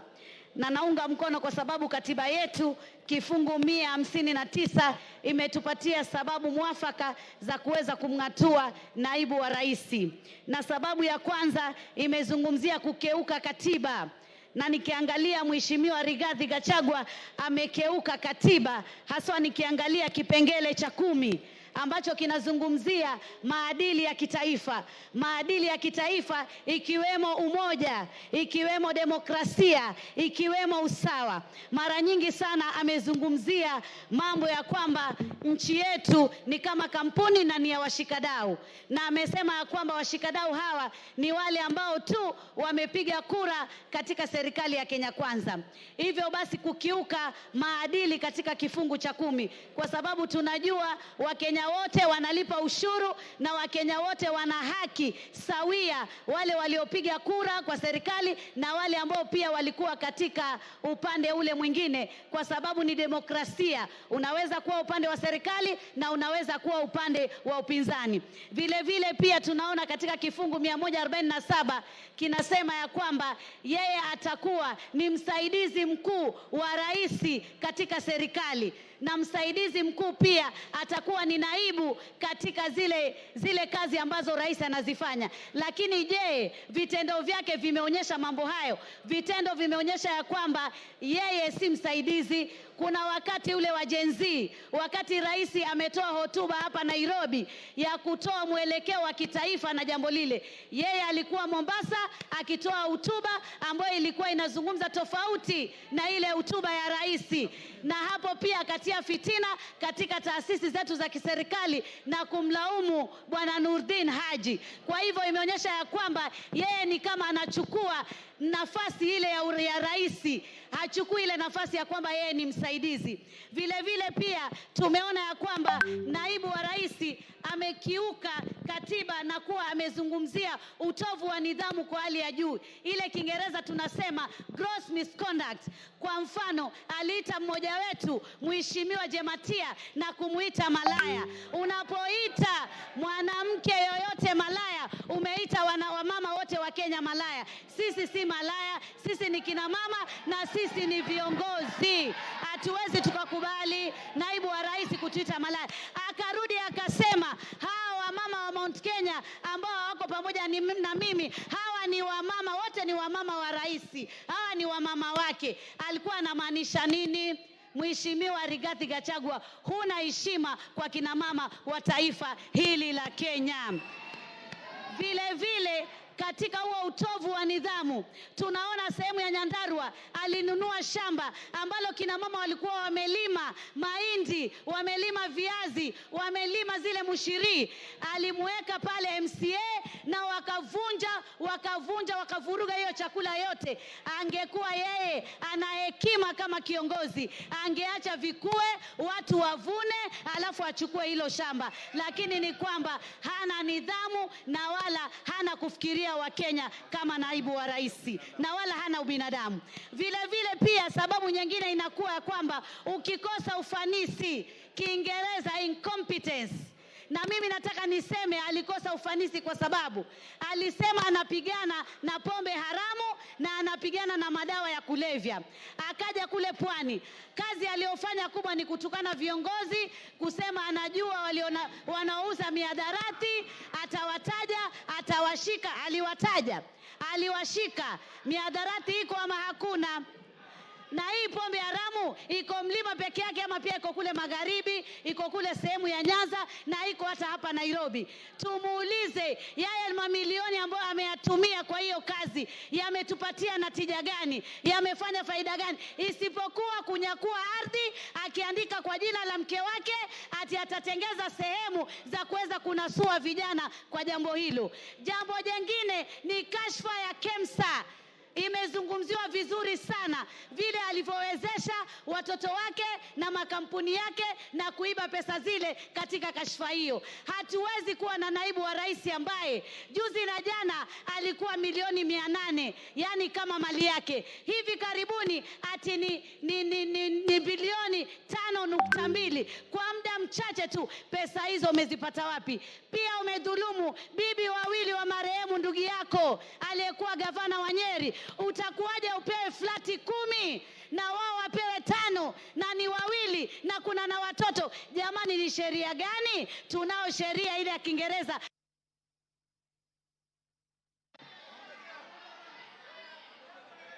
Give her 1 minute.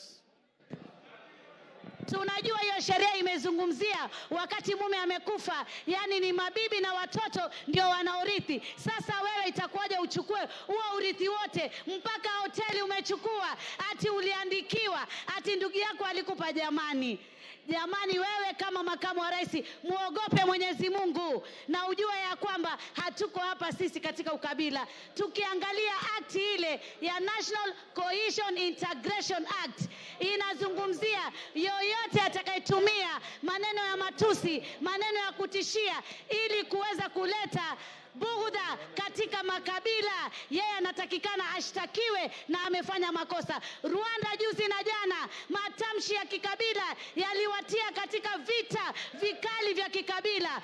Na wewe leo unataka kuleta vita katika taifa la Kenya. Tuliona molo clashes na hata wewe unasemekana ulikuwa kwa hiyo maneno. Tuliona Time up, Mishi. Faith Gitau.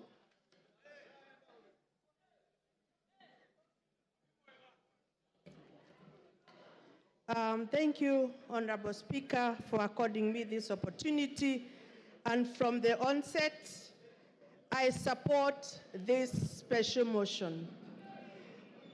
First, our supreme law of the land expects the presidency, which includes the president and the deputy, to be a symbol of national unity. In that case, the holders of that office are expected to portray a national image as opposed to an ethnic outlook. Honorable Speaker, our Deputy President has been at the forefront in advancing a selfish ethnic agenda. For him, it is about his community and nothing more.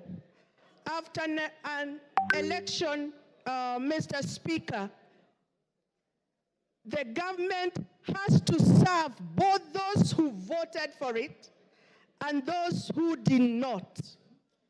It was wrong for the Deputy President to advocate for shareholding in order to discriminate against the rest of the communities, which may create ethnic animosity against Mount Kenya region. As a county member of parliament, I think I have traversed this nation more than the Deputy President. Secondly, Honorable Speaker, the Deputy President, as the second in command, should act as a father figure to members of parliament and the community at large. Far from it, the Deputy President, during his tenure, has been divisive and very egocentric. For him, it is about me, myself, and I. It is unfortunate that he has lowered the status and respect expected of such high office. Lastly, Mr. Speaker, when we went to the people urging them to elect this government, we gave them an undertaking that women must be respected. It is therefore, it disturbs me so greatly when the deputy president is at the forefront demeaning women in leadership, particularly those he perceives his enemies. He has no respect for women whatsoever. He has made a scathing public attacks on a woman High Court judge. And in addition, he has been attacking women, and especially members of parliament, me and others included in this house. And therefore, he can never, and he has no respect for women, and he can never work with women. And for those few remarks, I support. Makali Mulu. Yeah, thank you very much, Honorable Speaker, for this opportunity. Honorable Speaker, I want to say the following. Impeachment of our Deputy President is a matter of national interest and international interest, and it's on the basis of that, Honorable Speaker, that people have to be very careful with what they do with this impeachment.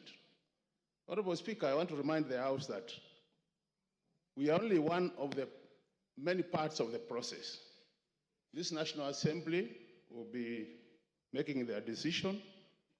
From there, we'll go to the Senate. And there is also the courts, if need be. And it's on the basis of that, Honorable Speaker, that we must isolate personal issues from issues which make sense to Kenyans. So that, Honorable Speaker, we don't, as a House, go for what I'll call mob justice mentality, and at the end of the day, the other stages, we lose it.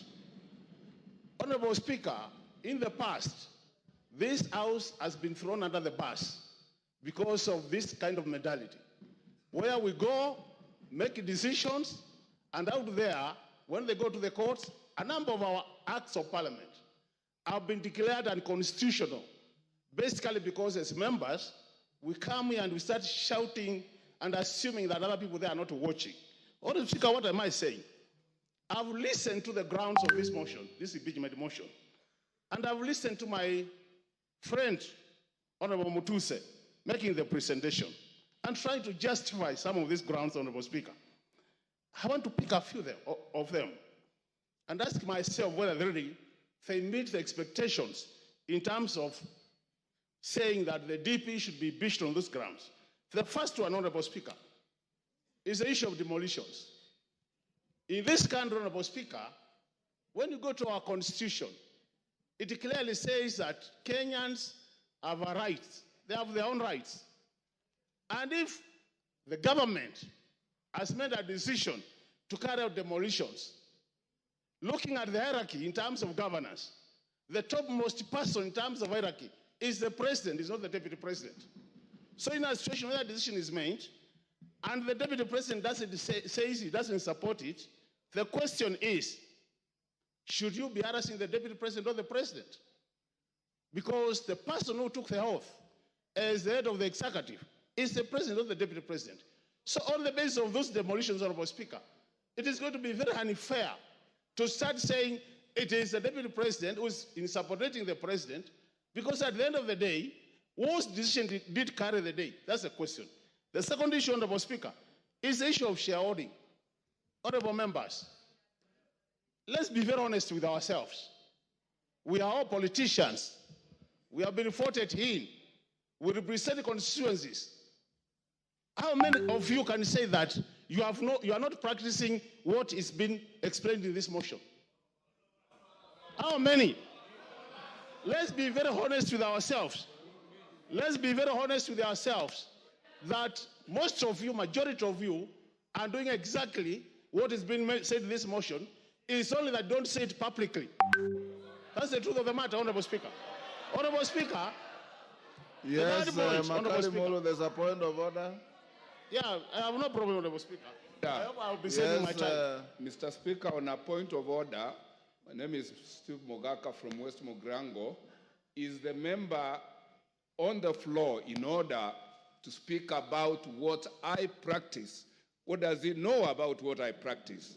Can he restrict himself to what he does and not start throwing aspersions on members of parliament as if he is in their minds and he is in their practices? He's not. Is he not out of order? Yes, Makali. Honorable Speaker, I really don't see any point of order there. I ignore and proceed. Honorable Speaker, the issue of the judicial officer who is being accused as one of the grounds for this. Honorable Speaker. Order, Makali. And Honorable Speaker. There's another point of order here. Point of order. Take your seat. Yeah. Give Farah the mic. Mr. Speaker, is the Honorable Makali, somebody I have a lot of respect for. In order to compare a member of parliament who represents a constituency and the functions of that member and somebody who is the deputy president of the Republic of Kenya who represents the four corners of this country, and say that because the members of parliament go and develop, my presumption is that he thinks the CDF funds for one constituency cannot be taken to another constituency. But that's a different thing when it comes to national resources and the deputy president of the Republic of Kenya. Makali, wind up, your time is up. You know, Honorable Speaker, I hope this is not just to delay me not to say what I wanted to say, Honorable Speaker. I can see a very deliberate move to curtail me from saying what I want to say. Do you want Honorable Speaker, from Nimrod Mbai? Honorable Speaker, you know the thing is, Honorable Speaker, and Honorable Speaker, you need to protect me on a serious. You have been protecting everybody who has spoken. Unless also, Honorable Speaker, you're on the same side of those who are supporting. Because on a serious, Honorable Speaker, I don't think it's fair. You have been protecting everybody else. You can't protect. Order, Honorable Makali Mulu. Order, Honorable Makali Mulu. You've been sitting here since we started. Order, Makali. Not a single previous speaker attracted a single point of order. If any came, the speaker will allow it. Not a single person raised a point of order. In fact, I'm being gracious by asking you, Nimrod Mbai wants to inform you, do you want this information? If you don't want it, you go on. But for you, order, Makali Mulu. You know, when you lose your cool, you also lose the argument. So just be composed, say your bit. The speaker has no dog in this fight. Just say what you want to say, finish, and we give space to somebody else. And any member who wants to stand on a point of order, it's within your standing orders. He has said he doesn't want your information. Go on. You know, Honorable Speaker, with all due respect, people have been making their contribution here since morning. Nobody has been shouting point of order. So, and it's my democratic position to oppose the motion. Order. Honorable Speaker. Go on. Honorable Speaker, I've been elected by the people of Kitui Central to come this house 3 times. And nobody can assume that I cannot make my contribution. Honorable Speaker, I've been saying, on the matter of judicial officer. Wind up. The judicial officer has been accused of corruption-related matters, Honorable Speaker. And there is a court case, or as we are speaking.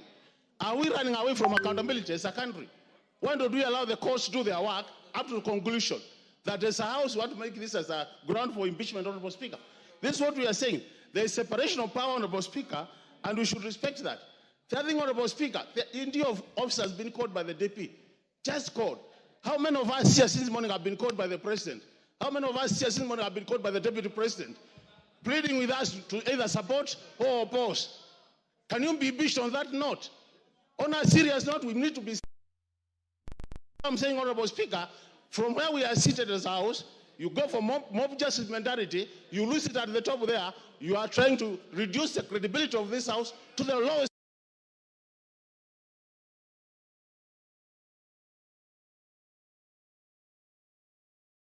grounds for opposition of this motion. Is it a situation where a thief has been sent to court to catch another thief?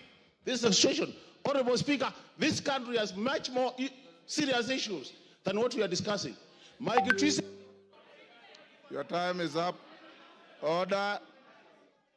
I will now order. Take your seats. Order. Robert Mbui. Order, Robert Mbui. Give him 1 minute to finish. Yeah, Honorable Speaker. So I was saying, Honorable Speaker, Kenyans have said that Kitrisendo in particular has said, kufa makanga, kufa ndereva, kufa mechanic. Because Kenyans are more serious issues.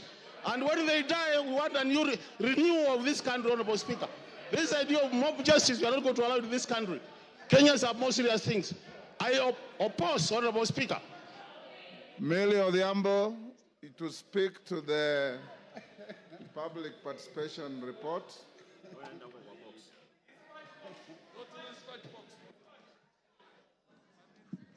Thank you, Mr. Speaker, for giving me this opportunity. Mr. Speaker, I was just wondering if after speaking to the public participation, that I could also just make my contribution.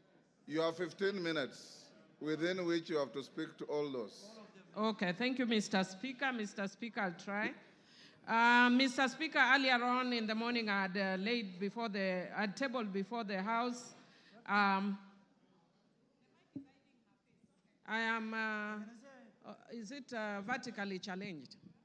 You are loud enough. Go on. Thank you, Mr. Speaker. Mr. Speaker, I was indicating that earlier in the morning I had presented a report of a public participation on the proposed removal from office by impeachment of His Excellency Rigathi Gachagua, EGH, the Deputy President of the Republic of Kenya. Honorable Speaker, this is following the notice of a special motion by Honorable Mwengi Mutuse and in line with Article 1182 of the Constitution. Mr. Speaker, consequently, the House Business Committee approved a public participation program across all 290 constituencies, and I present on behalf of the House Business Committee. Mr. Speaker, I'll speak to the issue of the legal framework of public participation. And Mr. Speaker, Article 10.2 of the Constitution provides for the participation of the people as one of the national values and principles of governance. Mr. Speaker, Article 118 of the Constitution requires Parliament to ensure public access and participation of the people in its affairs. I will not go to the details, and we can read it for ourselves because of time. Mr. Speaker, I wish to note on my own behalf that in quasi-judicial proceedings like this, public participation is not really necessary, even though the courts are pronounced that they are. In my view, they are not actually necessary in quasi-judicial processes like this, because, Mr. Speaker, it's almost like saying that the judiciary needs public participation in making their decision. Having said that, Mr. Speaker, I also want to speak to the issue of timelines. And, Mr. Speaker, Parliament has spoken very clearly on the issue of timelines, understanding Order 64.2. And in summary, Mr. Speaker, I would want to say, if you read the standing order, that there are very strict timelines for a process or a motion like this. And, Mr. Speaker, in setting the period, the National Assembly was guided by the need to preserve the overarching constitutional principle of acting without unreasonable delay. The special motion for removal from office by impeachment of the Deputy President was therefore processed in accordance with the timeline sets out under Standing Order 64. Mr. Speaker, in buttressing the necessity for expedited consideration of special motions, previous speakers of the National Assembly of Kenya expressed themselves on the question of timelines for considering special motions by the House when the special motions were filed proposing the removal by impeachment of the then cabinet secretaries, Honorable Anne Waiguru, Honorable James Macharia, Honorable Kaimenyi, and more recently, Honorable Mithika Linturi. In all the foregoing instances, the Speaker emphasized the need to dispose of a special motion as soon as is practicable to remove the anxiety of hangman's noose from the neck of a state officer proposed for impeachment. Mr. Speaker, you have seen the level of anxiety that the Deputy President has undergone, and indeed when he was actually giving the press statement yesterday, he was almost in tears.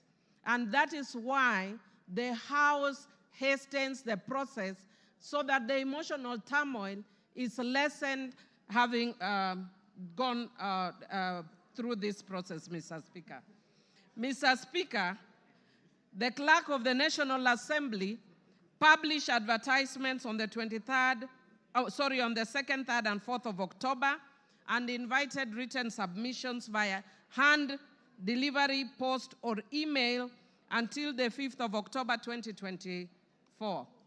Mr. Speaker, all these were also advertised on the 4th of October and extended to the 5th in each constituency.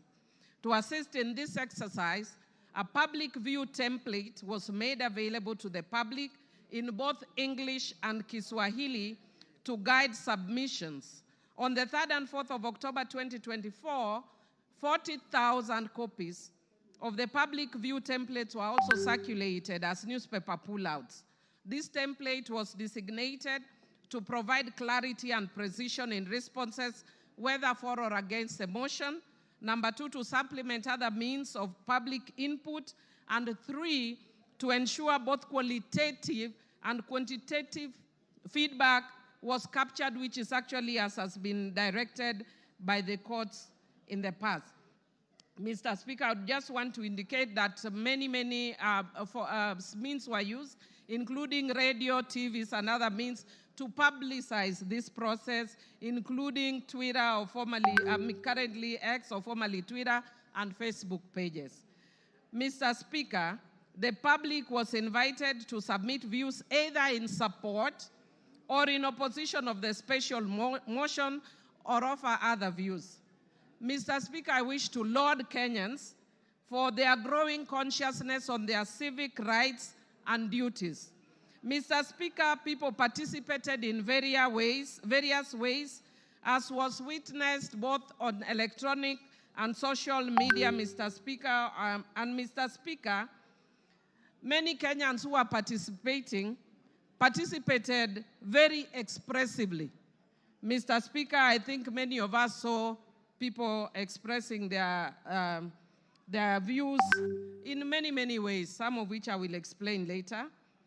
However, Mr. Speaker, by the nature of newsmaking, we saw the areas where the views were expressive, but much less in the areas where the views were not that expressive. Mr. Speaker, if you look at the report, and I want to download the parliamentary team, they have even captured photos of members of the public giving their views in constituencies very peacefully. But Mr. Speaker, as I want to repeat, that by the very nature of newsmaking, what we will see are the dramatic scenes. And those we saw, I don't think it is shame as such, it's their right and they can share. Mr. Speaker, I wish to indicate I wish to report that based on all that, over 200,000 responses were received, of which 65.1% supported the motion, while 33.81% opposed the motion, and 1.09% offered neutral or other alternative views. Mr. Speaker, some of the members in contributing have actually alluded to some of those alternative views. I've heard the Speaker right before me talking about the issue that Kenya has very many pressing issues. Mr. Speaker, indeed it is true, Kenya has many pressing issues, And as a House, we are already seized of those issues and are indeed already dealing with some of those issues. One of those issues that the Parliament has raised is the issue of education, the education system, and we have called the CS for Education more than 2 times to deal with that issue. Again, on the health issue, we have also invited the CS for Health amongst other officials. So indeed, the House can chew and walk at the same time. Mr. Speaker, when a motion is brought of this magnitude, Parliament, by its own standing orders, must stop everything else and give priority to this motion. And that is why Parliament stopped all its business on Thursday and focused on this, and all members of Parliament went to their constituencies to deal with this issue. Mr. Speaker, I wish to indicate that given that this is a very special public participation process, the first of its kind, Mr. Speaker, since the Constitution was promulgated, there were some challenges, but which did not affect the overall product of public participation. Mr. Speaker, some of those challenges were as follows. Mr. Speaker, there was political interference at public forums such as Bomas of Kenya and Murang'a. Mr. Speaker, there was violent disruptions in areas like Olkalau, Kipipiri, and Nyeri Town. Mr. Speaker,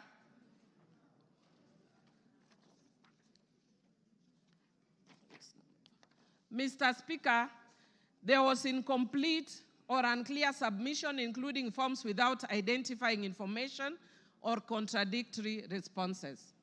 Mr. Speaker, there was low turnout in some constituencies due to insecurity, such as in Bura.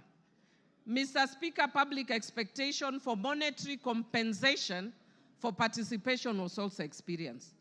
Mr. Speaker, there was late submission of forms and memorandum in some instances.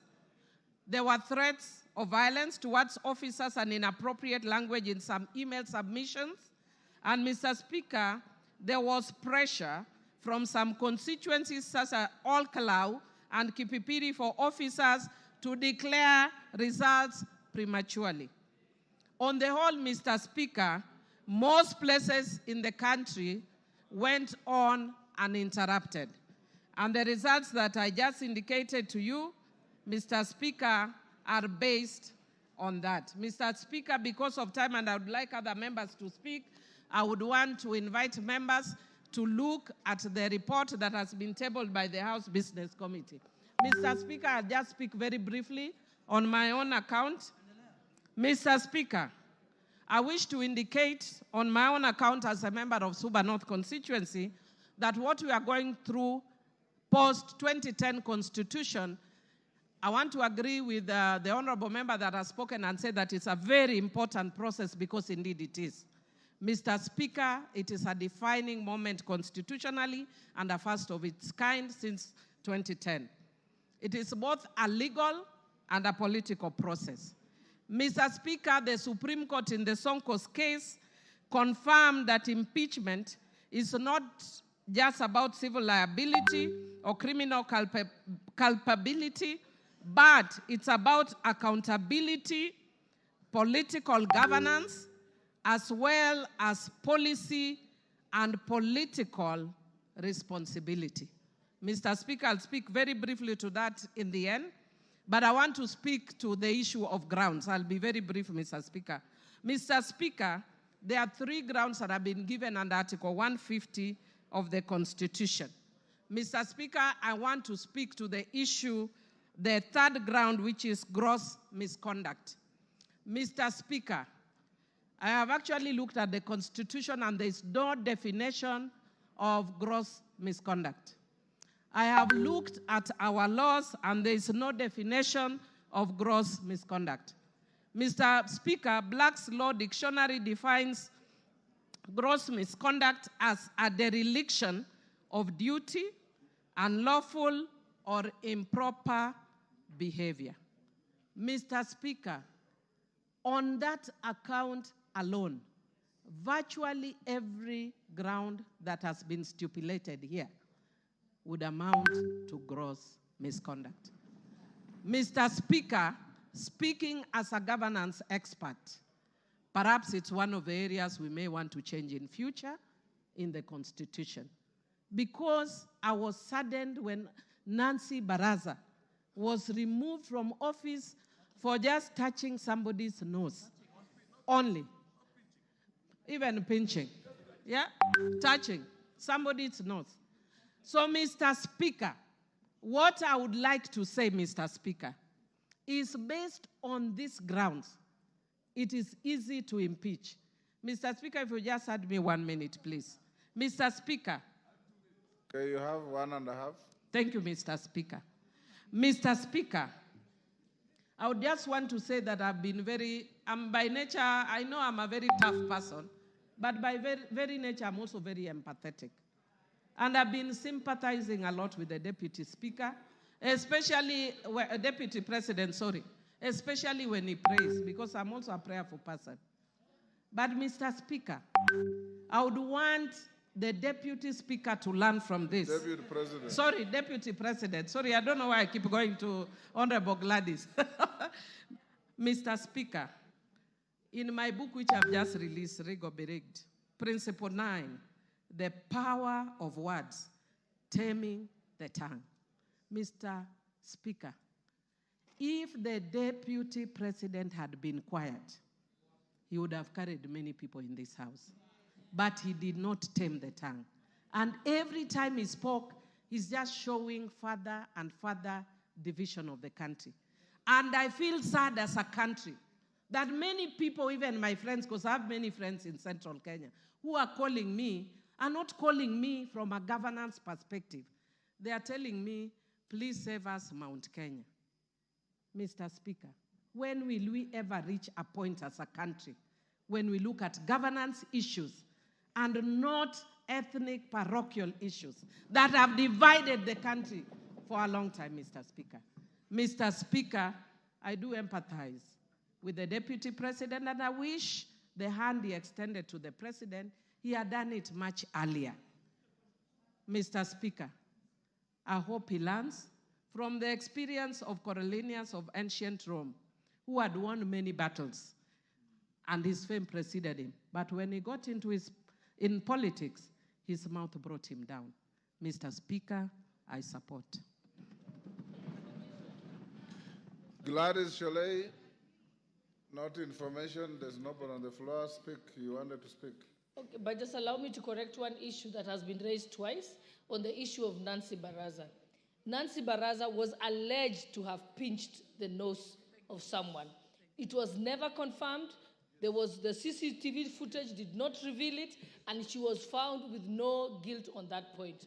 So as a woman leader, I want to correct that. Nancy Baraza served this country faithfully. So let us correct the Hansard. Thank you. Go on. Honorable Speaker, I can proceed. Thanks, Gladys. Go on. Yes, I am. Okay. Honorable Speaker, thank you very much. And again, before I proceed to support this motion, allow me to clarify just one issue. I have been accused by the Deputy President of bias, indicating that I cannot preside over these impeachment proceedings because I am biased. I want to confirm that when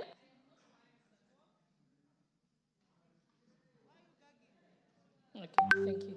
I want to confirm that I'm not biased at all. When I made the statements that I did make, I made them as Member of Parliament for Uasin Gishu County and not as a Deputy Speaker sitting on the Speaker's chair.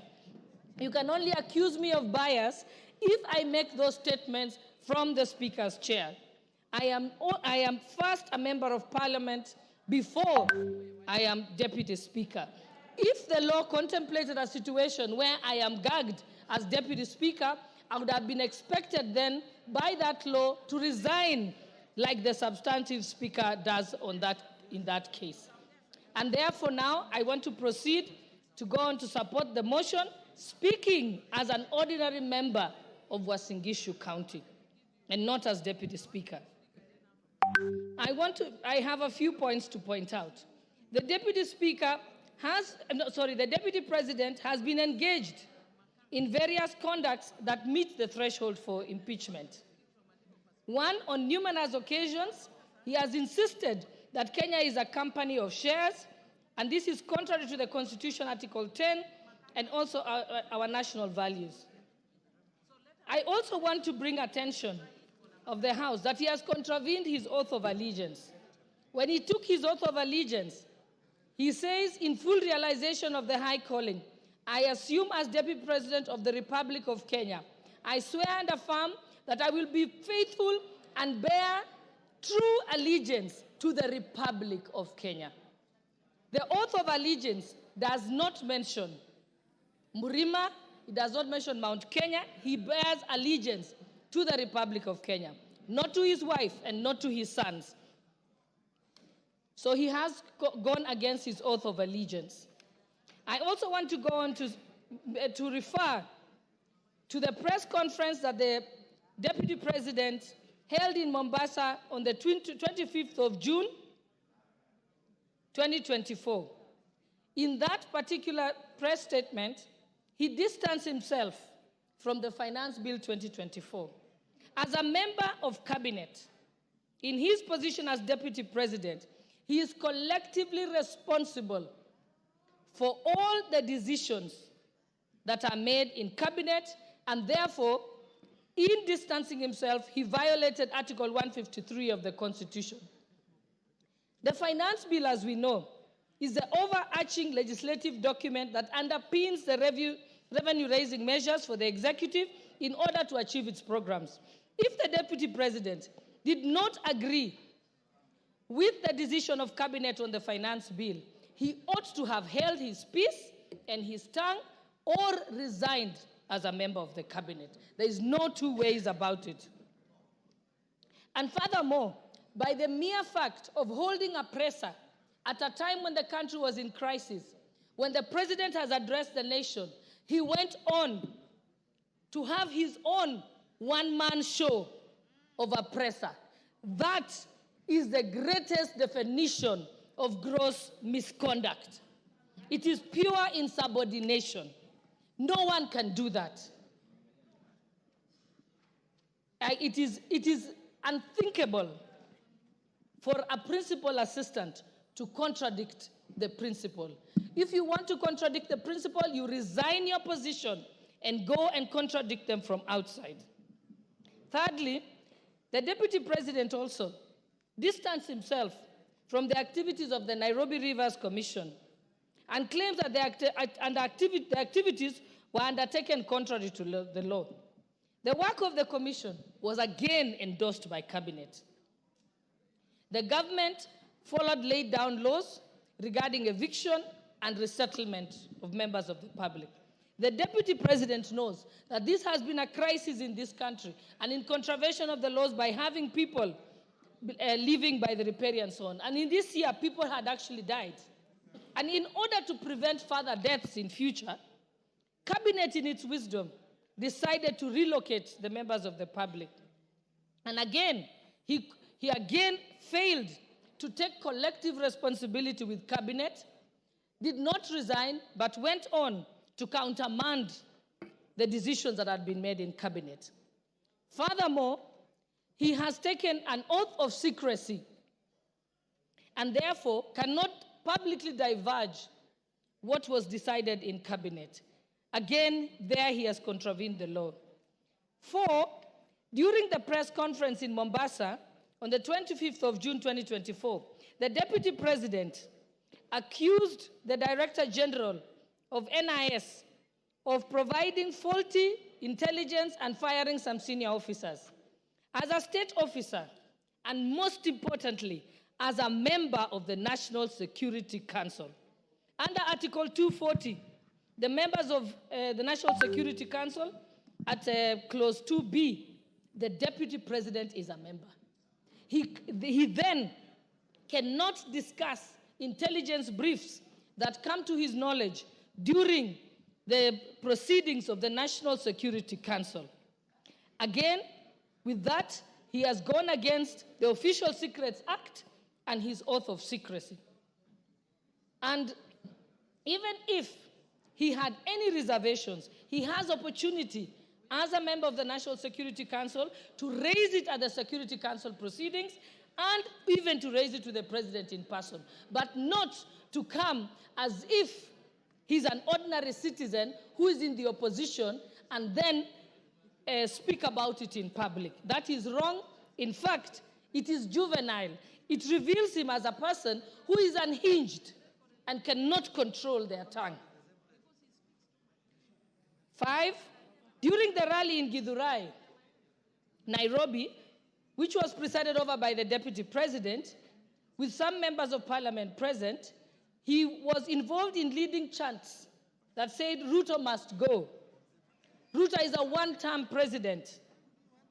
He never denounced those statements. What that amounts to is that he is guilty of treason and other allied offenses. That is the Penal Code, Section 40. And I will read it out, just that there is no doubt. It says that any person owing allegiance to the Republic of Kenya or else of Kenya, if they compass, imagine, invent, devise any deeds with the intention of the death, the maiming, the wounding, the imprisonment, or restraint of the president is guilty of treason. So Rigathi Gachagua is guilty of treason. And it also amounts to gross misconduct. So the Deputy President cannot therefore expect to remain in his office as Deputy President when his party to efforts to remove the President, to undermine the President, and to campaign against the President. His tenure as a principal assistant is not tenable by any interpretation or meaning. And 6, during his appearance in church in Meru, the Deputy President insinuated that if he is removed, the tribes of Kenya who are native to the Mount Kenya area will revolt and be violent. Again, that is treason and other allied offenses. And he also goes against the National Cohesion and Integration Commission Act with his utterances that relates to ethnic profiling. And even as late as yesterday, if I had any doubt in my mind that Rigathi Gachagua must be impeached and removed from office as Deputy President of the Republic of Kenya, he made it very, very clear yesterday. Yesterday, he went on to disclose details of the Kenya Kwanza pre-election pacts. This is contrary to non-disclosure agreements that were signed by parties. And without any due regard to these non-disclosure clauses, and without seeking consensus from other principals who are party to those pacts, he went on to sing like a parrot on national television. That is unbecoming behavior of a person who holds an office as high as that of the Deputy President of the Republic of Kenya. And lastly, I want to point out that all the violations that I have set out in support of this motion were brought upon and the evidence said by the Deputy President himself. This is not from anywhere. It's from his own very utterances. Practically, this is what the Deputy President has done. He has dosed paraffin on himself and he has lit the match all by himself without the help of anybody else. And so he has only himself to blame. I support this motion. Thank you, Honorable Speaker. Adan Kainan. Thank you, Mr. Speaker. Mr. Speaker, from the onset, allow me to thank the Honorable Mutuse for being courageous, for being focused, and I'm sure in the annal of the history of this country, Mr. Speaker, and the history of the 13th Parliament, Mr. Mutuse, you will be appreciated. Mr. Speaker, having said that, I've also gone through this impeachment clauses, Mr. Speaker, the 11 clauses, Mr. Speaker, are cogent, are rich in evidence, Mr. Speaker, and clearly demonstrate the actions, the omissions, the commissions of the Deputy President. Mr. Speaker, I've had an opportunity to reflect, because there's one thing that the DP has been using, that is a truthful man. I went back to the ironic definition, how a truthful man is supposed to be described in the Bible, in the Quran, in the civil society, Mr. Speaker. And in those definitions, Mr. Speaker, I have missed an iota of resemblance on anything that I can associate with those actions and the activities of the Deputy President, Mr. Speaker. Mr. Speaker, these clauses, we are a member of Parliament. We as members of Parliament, Mr. Speaker, our work is to protect the Constitution. Our work is to oversight, and our work is to do one of these things that have been demanded today by this impeachment, Mr. Speaker. Mr. Speaker, in all these clauses, the common denominator is the DP has abused his office through corruption, through tender pre-knowing, through disparaging and disobeying his boss, through undermining devolution, and Mr. Speaker, equally also by being a threat to our sovereignty. Mr. Speaker, this country is a collection of many nation states. The Kikuyu nation, the Somali nation, the Luya nation, and this is what we are proud of, Mr. Speaker, and this is what constitutes the sovereign Republic of Kenya, Mr. Speaker. Mr. Speaker, the other day, and I want to repeat this, and you will excuse me for saying this country has a very rich history. In 1982, one gallant son from northern Kenya called Gerald Mahmoud saved Kenyans from militarism. And I think we all appreciate it. He's still alive. Mr. Speaker, in 2007, another general by the name General Muhammad Ali saved the Kenyans from the effects of the socio-political turmoil of 2007. And Mr. Speaker, the post-election violence. In 2024, another son from that region, Nurdin, has also saved this country from the effects and activities of Rigji and his cohorts, Mr. Speaker. Mr. Speaker, that doesn't take away the contributions of many other Kenyans. Mr. Speaker, in all this, what I have gathered, and we have been in Parliament together, we are doing a favor for Rigji.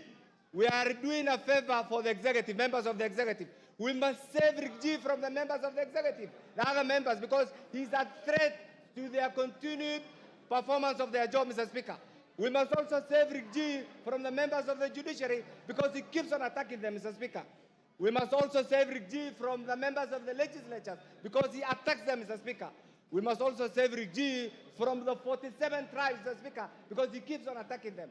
Mr. Speaker, we must also save Rigji from the remnants of Mau Mau because he keeps on abusing their name, Mr. Speaker. We must save Rigji, Mr. Speaker, because he abuses our ladies, Mr. Speaker. Mr. Speaker, we must also save Rigji from the people of Mount Kenya because he abuses their names and he wants to have them collide with other Kenyans, Mr. Speaker. Mr. Speaker, isolate them, Mr. Speaker. And finally, on that aspect, we must save himself because last night, when I watched that teleprompter-driven press conference, Mr. Speaker, one thing that came to my mind is he was incriminating himself, Mr. Speaker. Mr. Speaker, in all this, we have a president who has applied all his gingerly approach in managing the affairs of this nation, Mr. Speaker. And Mr. Speaker, what is coming to mind is we have a DP who in every statement that he utters abuses, uses the Constitution wrongly, threatens, and demeans everybody. And it's because of this, Mr. Speaker, that we as a parliament, we must go in history and support this impeachment, Mr. Speaker. Mr. Speaker, finally, you have ruled on this. And I don't want my colleagues here actually to be threatened. What you are doing is right. Is this within your legislative right, Mr. Speaker? For those of us who have elected to support this by appending our signatures, should also be available to vote today in our numbers to impeach Rigji. And by doing that, we'll be saving Kenya. I support, Mr. Speaker. John Makali.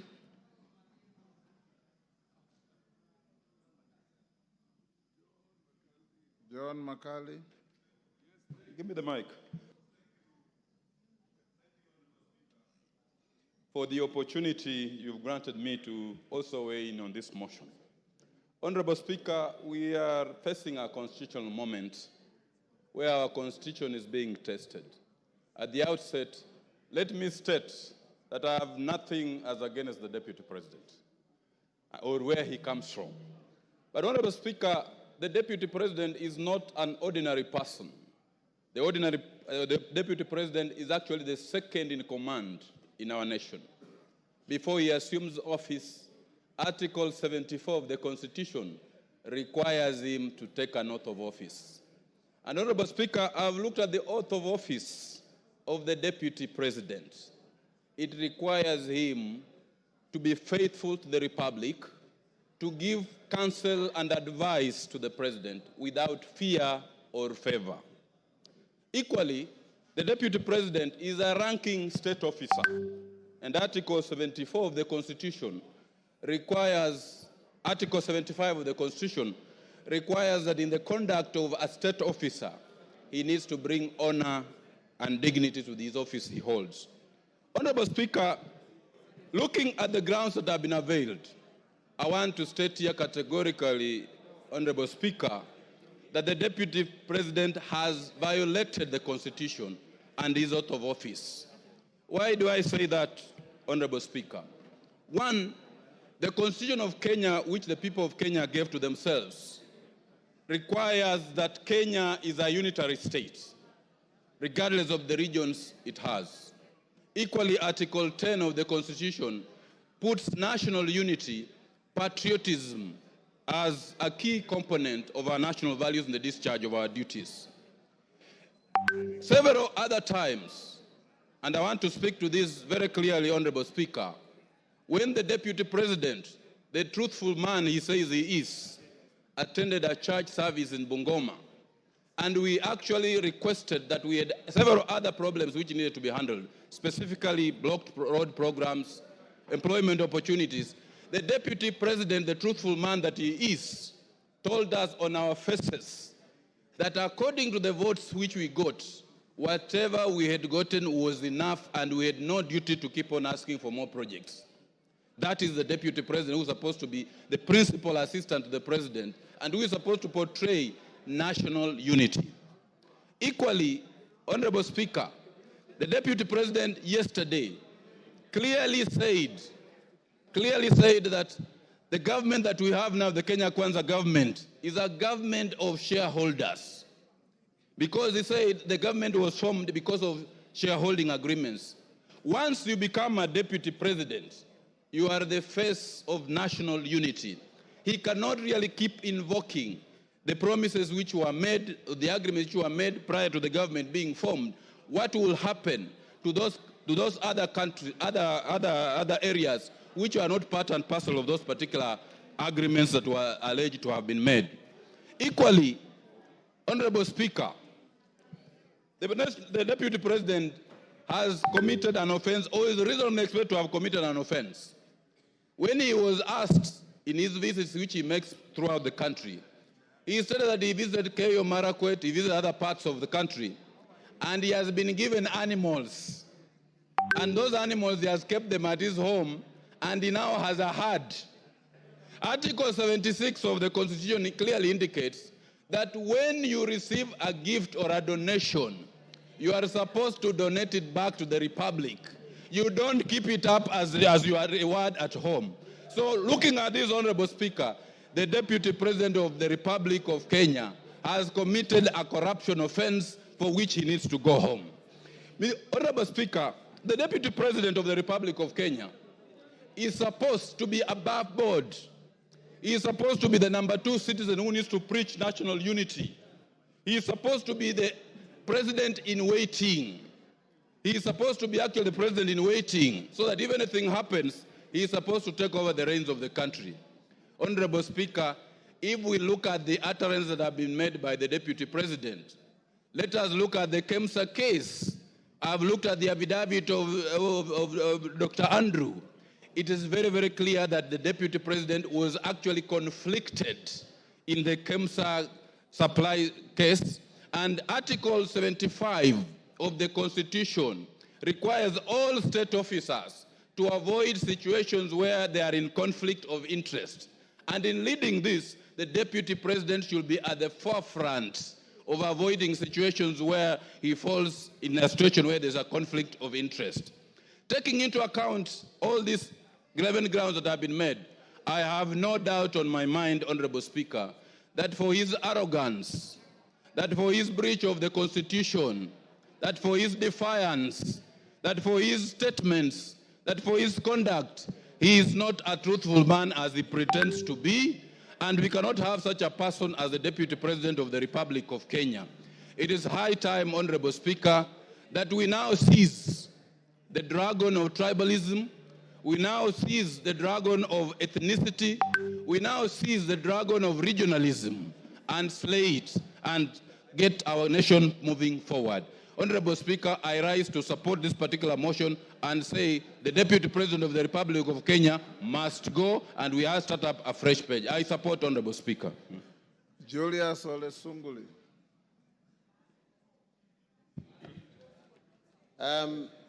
Mr. Speaker, I come from an older period, being a member of KANU, and having served in the KANU government. And I find some things rather difficult to understand. Because, Mr. Speaker, this position of Deputy President is a new one. It came in 2010. The position of Vice President had very, very good gentlemen. I still recall the way the office was occupied by the Honorable, unfortunately late, George Saitoti, Kijana wa Malwa, and indeed, the fine gentleman that we have in politics now, Honorable Kalonzo Musyoka. Those people, Mr. Speaker, understood their job. If I were to stand today and accuse the Honorable Rigathi Gachagua, I would accuse him of only one thing. He does not get it. This particular job, he does not know the job description of a deputy president. For one, Mr. Speaker, the Constitution of Kenya says that there shall be a president. And then that president will be assisted by a deputy president. Now, assisted by a deputy president. That means, Mr. Speaker, that our Constitution foresees a situation where we have one driver and one makanga. And one is not trying to do the job of the other. Now, how did we get into a situation, Mr. Speaker, where we now have two bosses in the country? We have the president who is the boss, and we have the deputy president who says he's also the boss. Now, if there is something that we have to do in this house is to resolve that dispute. The country cannot run when we have... Give Wamchomba the mic. Yes, Mheshimiwa. Mr. Speaker, I rise on a point of order to just ask whether the word makanga is parliamentary. I just need a clarification. The word makanga, whether it is parliamentary language. Is the member in order to use that kind of language today? Honorable Wamchomba. Order. Yes, Millie. Yes, Millie. I don't know if Honorable Sunkuli has allowed me to inform you.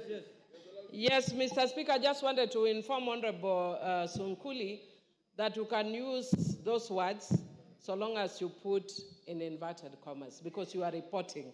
So when it is reported, like in the case where people are talking kufa makanga, kufa dereva. Mr. Speaker, I even wanted to speak to it by saying that it is actually people saying that are crucifying the DP. By saying he should kufa, the motion here is on the, in quotes, makanga. It's not on the driver. So people want to bring the motion on the driver in quotes, can bring, but the one we are dealing with now is on Makanga. But for Honorable Mchomba, language is dynamic. It's living. It grows. That's why you now find Kiswahili words in the Oxford English Dictionary. And by ordinary usage, every single Kenyan knows what Makanga means. And Sunguli was not mixing languages. He spoke in the manner like he was quoting. I will definitely need another extra time. But Mr. Speaker, so our constitution foresees a situation where the president and the deputy president operate in harmony.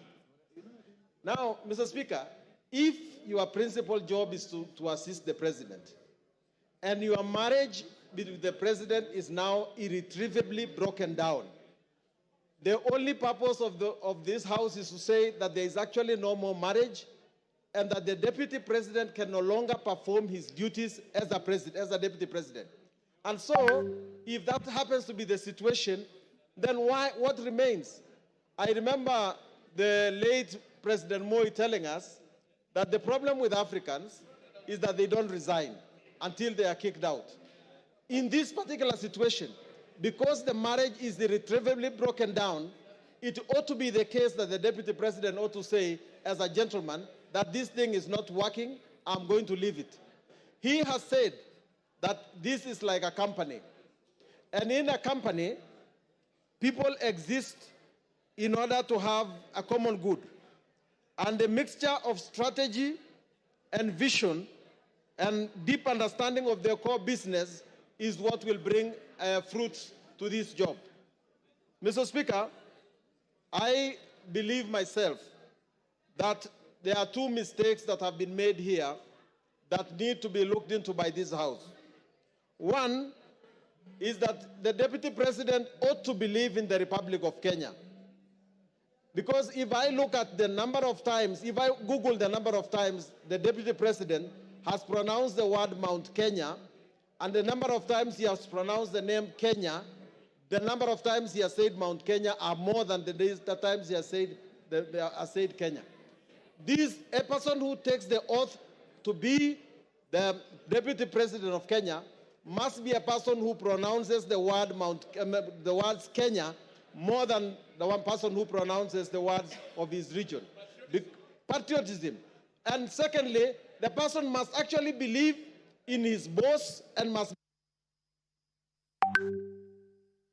Give him 1 minute. Mr. Speaker, if your core business is to work for your boss, you must believe in him. If you don't believe in him, what are you doing with him? The second thing is that you must believe in Kenya. If you don't believe in Kenya, that you believe that your responsibility is to look after the shares of your side of Kenya, then what are you doing with the rest of the country? Mr. Speaker, I want to finish by urging that next time we appoint a deputy president, next time the president appoints a deputy president, let him understand that that is a serious business. You must appoint a person who will actually understand that he's going to be a president if something bad happens. Don't do it just because he brings votes. Let us be serious about this responsibility, because that is where we are going wrong. Someone is saying that he qualifies just because he brought in the votes, not because he can actually appeal to the rest of the Kenyans and can be trusted by the rest of Kenyans. I therefore, Mr. Speaker, vote to impeach. Osoro. Thank you very much, Honorable Speaker. Honorable Speaker, from the onset, I want to state that I support this motion entirely without putting or proposing to put a comma or full stop on any ground that has been placed here, Honorable Speaker. Honorable Speaker, I want to remind the honorable members that Clinton was almost impeached, or the impeachment attempt against Clinton in 1998 was out of the Monica Lewinsky Read your history properly. He was actually impeached. Exactly. Monica Lewinsky matter. Of course, it was overturned later by the courts and other issues, but I'm saying it was out of that scandal, the very small scandal of the sexual scandal in White House. Honorable Speaker, I want first to start by proposing this question, Honorable Speaker, to honorable members. How would you feel that when you eventually transit to the next world, you are dead, that your brother or the person that you choose to entrust to take care of your wife and your children's property decides to start using those property for his own personal use? As members, how would you feel that? That is the question that honorable members should be making, should be answering themselves before they vote today, later today, Honorable Speaker. Honorable Speaker, the late Governor Deritu Gachagua passed on 24th of February 2017. Between 2017, Honorable Speaker, to 2024, it is indeed true that the late governor then, amongst Mwai, Madenge, and Joroge, he entrusted Mr. Rigathi, the deputy president, as the executor of his will. But, Honorable Speaker, between 2017 and 2024, the property that, and this is, Honorable Speaker, is in the documents that Mwengi Mutuse has shared, Honorable Mwengi Mutuse has shared with us and tabled in this house, that between 2017 and 2024, he's been able to alter or tamper with those companies, make himself directors in some of those companies, transfer some of those properties to himself, disinherit some of the beneficiaries, the kids of the late, and put them to himself. And then one particular case, Honorable Speaker, is the Olive Garden Realtors, Honorable Speaker, that was actually altered on 2nd of March 2022, using the position of power to his own advantage, Honorable Speaker. How can you explain that? He will then tell you, Honorable Speaker, that I bought its willing buyer, willing seller. Really? Does it mean that all your money that you've acquired, which is also questionable, the only property that you could identify is the property that is under the care or is supposed to help the family and the widows of your late brother? How wicked can we be? Then you come in full glare of camera and tell the members of the public that please let my brother rest in peace. I decided to hold this property in trust for them, when the brother, the kids, the widows, and the daughters and sons of the late are languishing in poverty and complaining and crying. It is total shame. You cannot use your position for that. Honorable Speaker, these are practical examples, and I'm telling honorable members to acquit themselves and go through ground 7, Honorable Speaker. It is actually on page 16 to 30. This is nothing but gross violation of the law, Honorable Speaker, taking advantage of their own power, Honorable Speaker. Honorable Speaker, and even to prove that, you will realize that those companies, by the time the companies some of them were being registered, the new ones, and the time the transfer of these properties were taking place, Honorable Speaker, the whole thing is actually contemporaneous. You need not to be a rocket scientist to know that clearly this is fraud and this is this was taking advantage of the late. I want to remind the Honorable Deputy President of the good book in the book of Proverbs chapter 15, verse 25, that the Lord will tear, that's what the Bible says, that the Lord will tear down the house of the proud, but he will establish the boundary of the widow. That is why we are here today. If there is no other reason that has brought us here, Honorable Speaker, it is to protect the family that is being disinherited of their property under coercion, blackmail, and threats. If there is no other reason, Honorable Speaker. And that is why, Honorable Speaker, even it's actually biblical again.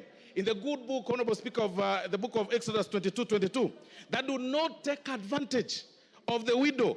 Do not take advantage of the fatherless. If you do, and they cry to me, I will certainly hear their cry. And my anger will be aroused, and I will kill you with the sword.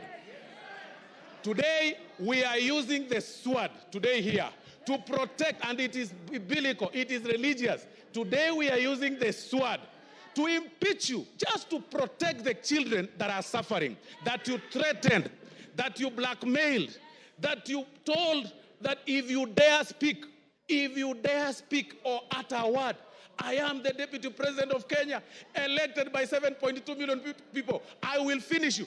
Finish who? We will finish you today in this floor of the House. Honorable Speaker, I mean, there is nothing more, for me, Honorable Speaker, on this matter, there is nothing more than cabinalism. I mean, really, like you are left under the care of the properties of your brother. Then you take them to your advantage, your immediate brother. Then on TV you tell us that, you know, in the will, my brother gave me, and then he gave my wife, then he gave my sons. What about his children? What about his widows? What about his sons? What about, how proudly can you say that you are only enjoying the property of your brother? For that reason alone, Honorable Speaker, we say Gachagua must go. If there is no other reason, today, Gachagua must go. Honorable Speaker, I relate this case with the case of, I relate this matter, Honorable Speaker, with the Spelunchian explorers case, Honorable Speaker, where the members... Yes, Kipchumba. Timothy Kipchumba. Honorable Speaker, I rise pursuant to Standing Order number 91 on the issue of statement of facts. Honorable Speaker, is it in order for the Honorable Soro to claim that the Honorable Rigathi Gachagua disinherited the wife of the late brother? Honorable Speaker, can he table the facts before this House that he disinherited? Honorable Kipchumba. Order, Osoro. Honorable Kipchumba. Those are the facts that the move of the motion placed on the table. It appears you probably were not in the House then. Finish up, Osoro. Honorable Speaker, I'll refer the Honorable Member to pages 16 to 30 of this very motion that was tabled in this House, Honorable Speaker. And these are facts. And I've also said that, Honorable Speaker, on this particular matter, the threshold is on the 2/3, and we're also working on the balance of probability. We are looking at this matter on how the facts relate or place themselves on the table from the transfer of the properties and also the registration of the companies. I mean, it is clear the facts are contemporaneous. Nobody, unless you don't need to be a rocket scientist to identify this whole thing, Honorable Speaker. And that is why, Honorable Speaker, for this reason, for this very reason, Honorable Speaker, I want to say that I support the impeachment. Please, let's make it early. Even if it's at 6, Rigathi Gachagua must go. TJ Kajwang will be the last for the morning. Mr. Speaker, just confirm to me that I can see that there is 1 minute to the hour. Thank you very much. Mr. Speaker, I rise for a very simple reason, that if there is any member who came in this chamber believing that we or the members are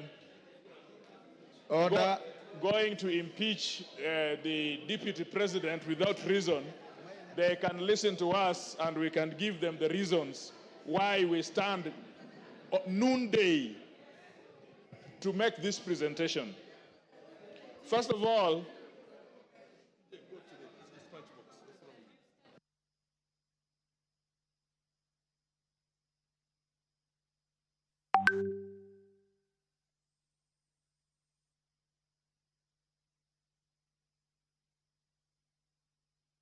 Member for Machakos County, what is the problem?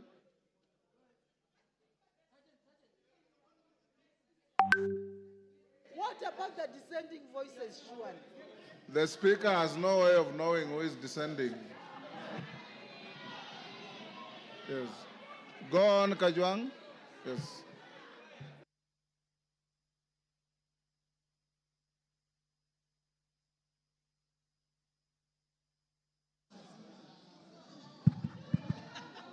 Yes, Ngusia, what is the problem? Mr. Speaker, TJ Kajwang, 1 minute. I have come to make a very small presentation as the member of Ruaraka. First of all, having seen that the motion has been signed by 291 members. This House, single constituencies are 290. If 291 have signed and will vote, Gachagua must go. Number two, we have not come here to vilify anybody. We have come here with facts, we have come here with evidence, and we have come here with a law. I want to be in a country where my son and my daughter, if he qualifies and if he's eligible, will get employment, will do business, will walk proud and tall, not because he comes from Waondo village in Nyanza, but because she or he is eligible. This politics of everybody must come from Mount Kenya. Mount Kenya. Usiguze mlima. Usiguze milima. We must show, Mr. Speaker, that this country is for us all. We must show, Mr. Speaker, that there are no people who are entitled more than the others. That there are people who fought for Mau Mau more than the others. Or that there are people who are more populated than others. And so this idea that they work for Kenya Kwanza government and that they must eat, it is their time to eat. This deputy president his mentality is that he got votes for President Ruto, and so it is his time to eat. For that reason only, I would vote, because I want a situation after we are through with elections, everybody, including me, is served because I pay taxes like everybody else. For the deputy speaker to go to... Yes, Wamjomba. There's a point of order. Mr. Speaker, is the member on the floor? Which order? Mr. Speaker, I'm addressing Mr. Speaker. You are not the Speaker. I am addressing Mr. Speaker. Stop heckling. You are not the Speaker. I'm addressing the Speaker. Go ahead. Mr. Speaker, is the member Honorable Kajiang in order to say that there is a mentality that the deputy president has a mentality to eat? Does he have any gadget to measure mentality? Is that a fact? Can you prove? Can you prove that there is a mentality? Which gadget do you use to measure mentality? Go on. Check. Mr. Speaker, first of all, pronounce my name properly. I'm not Gachagua. I am Kajuang, not Kanjoang. Number two, Mr. Speaker, this is a problem. Everybody, I heard them call it Raira, Kanjuang. Some of you must learn that we are in a country for everybody. Nobody is powerful than the other. Nobody comes from a section of community. Today we will show that this country is for everybody.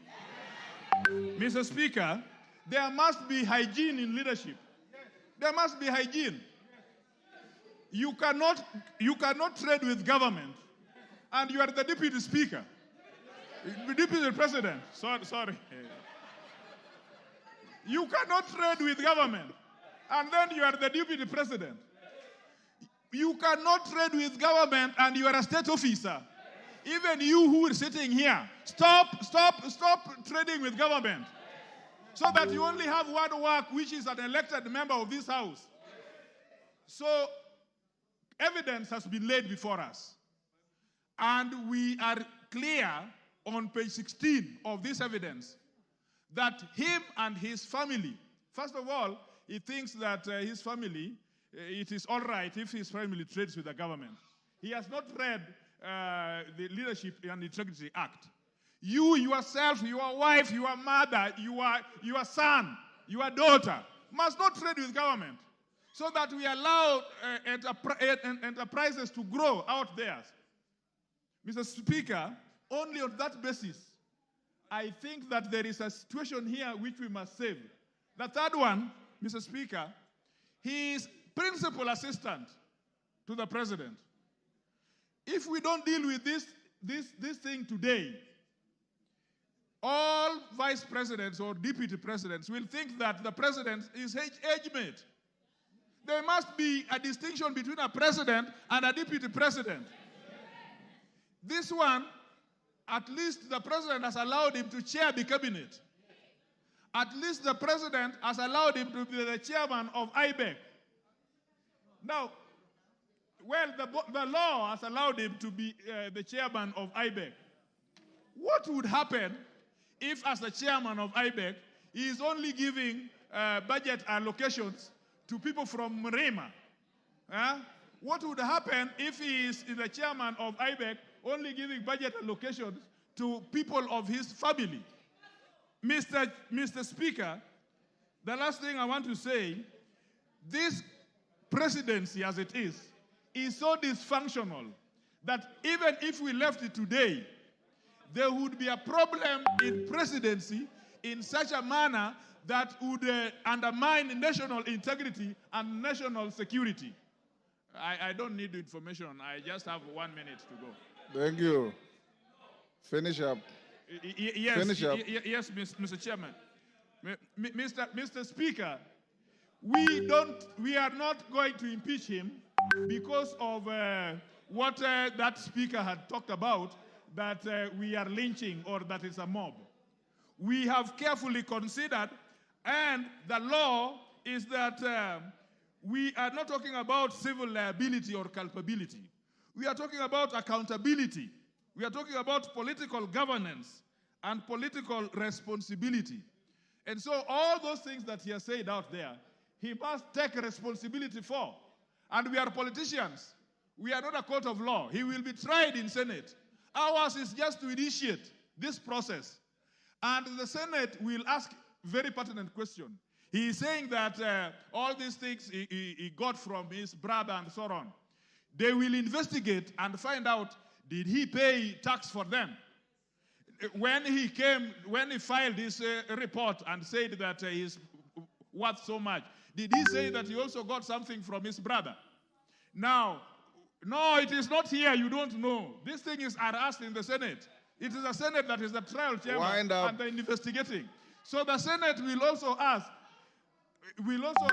his return forms. He's also re-asked the KRA forms if this information are consistent. And so, in all the evidence that I've seen, in all the charges I've seen, I return a verdict that Gachagua must do what? Gachagua must do what? Gachagua must do what?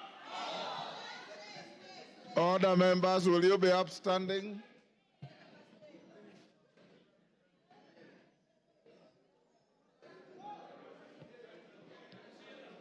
Order, honorable members. It is now 1:09, and the House stands adjourned until 2:30 this afternoon.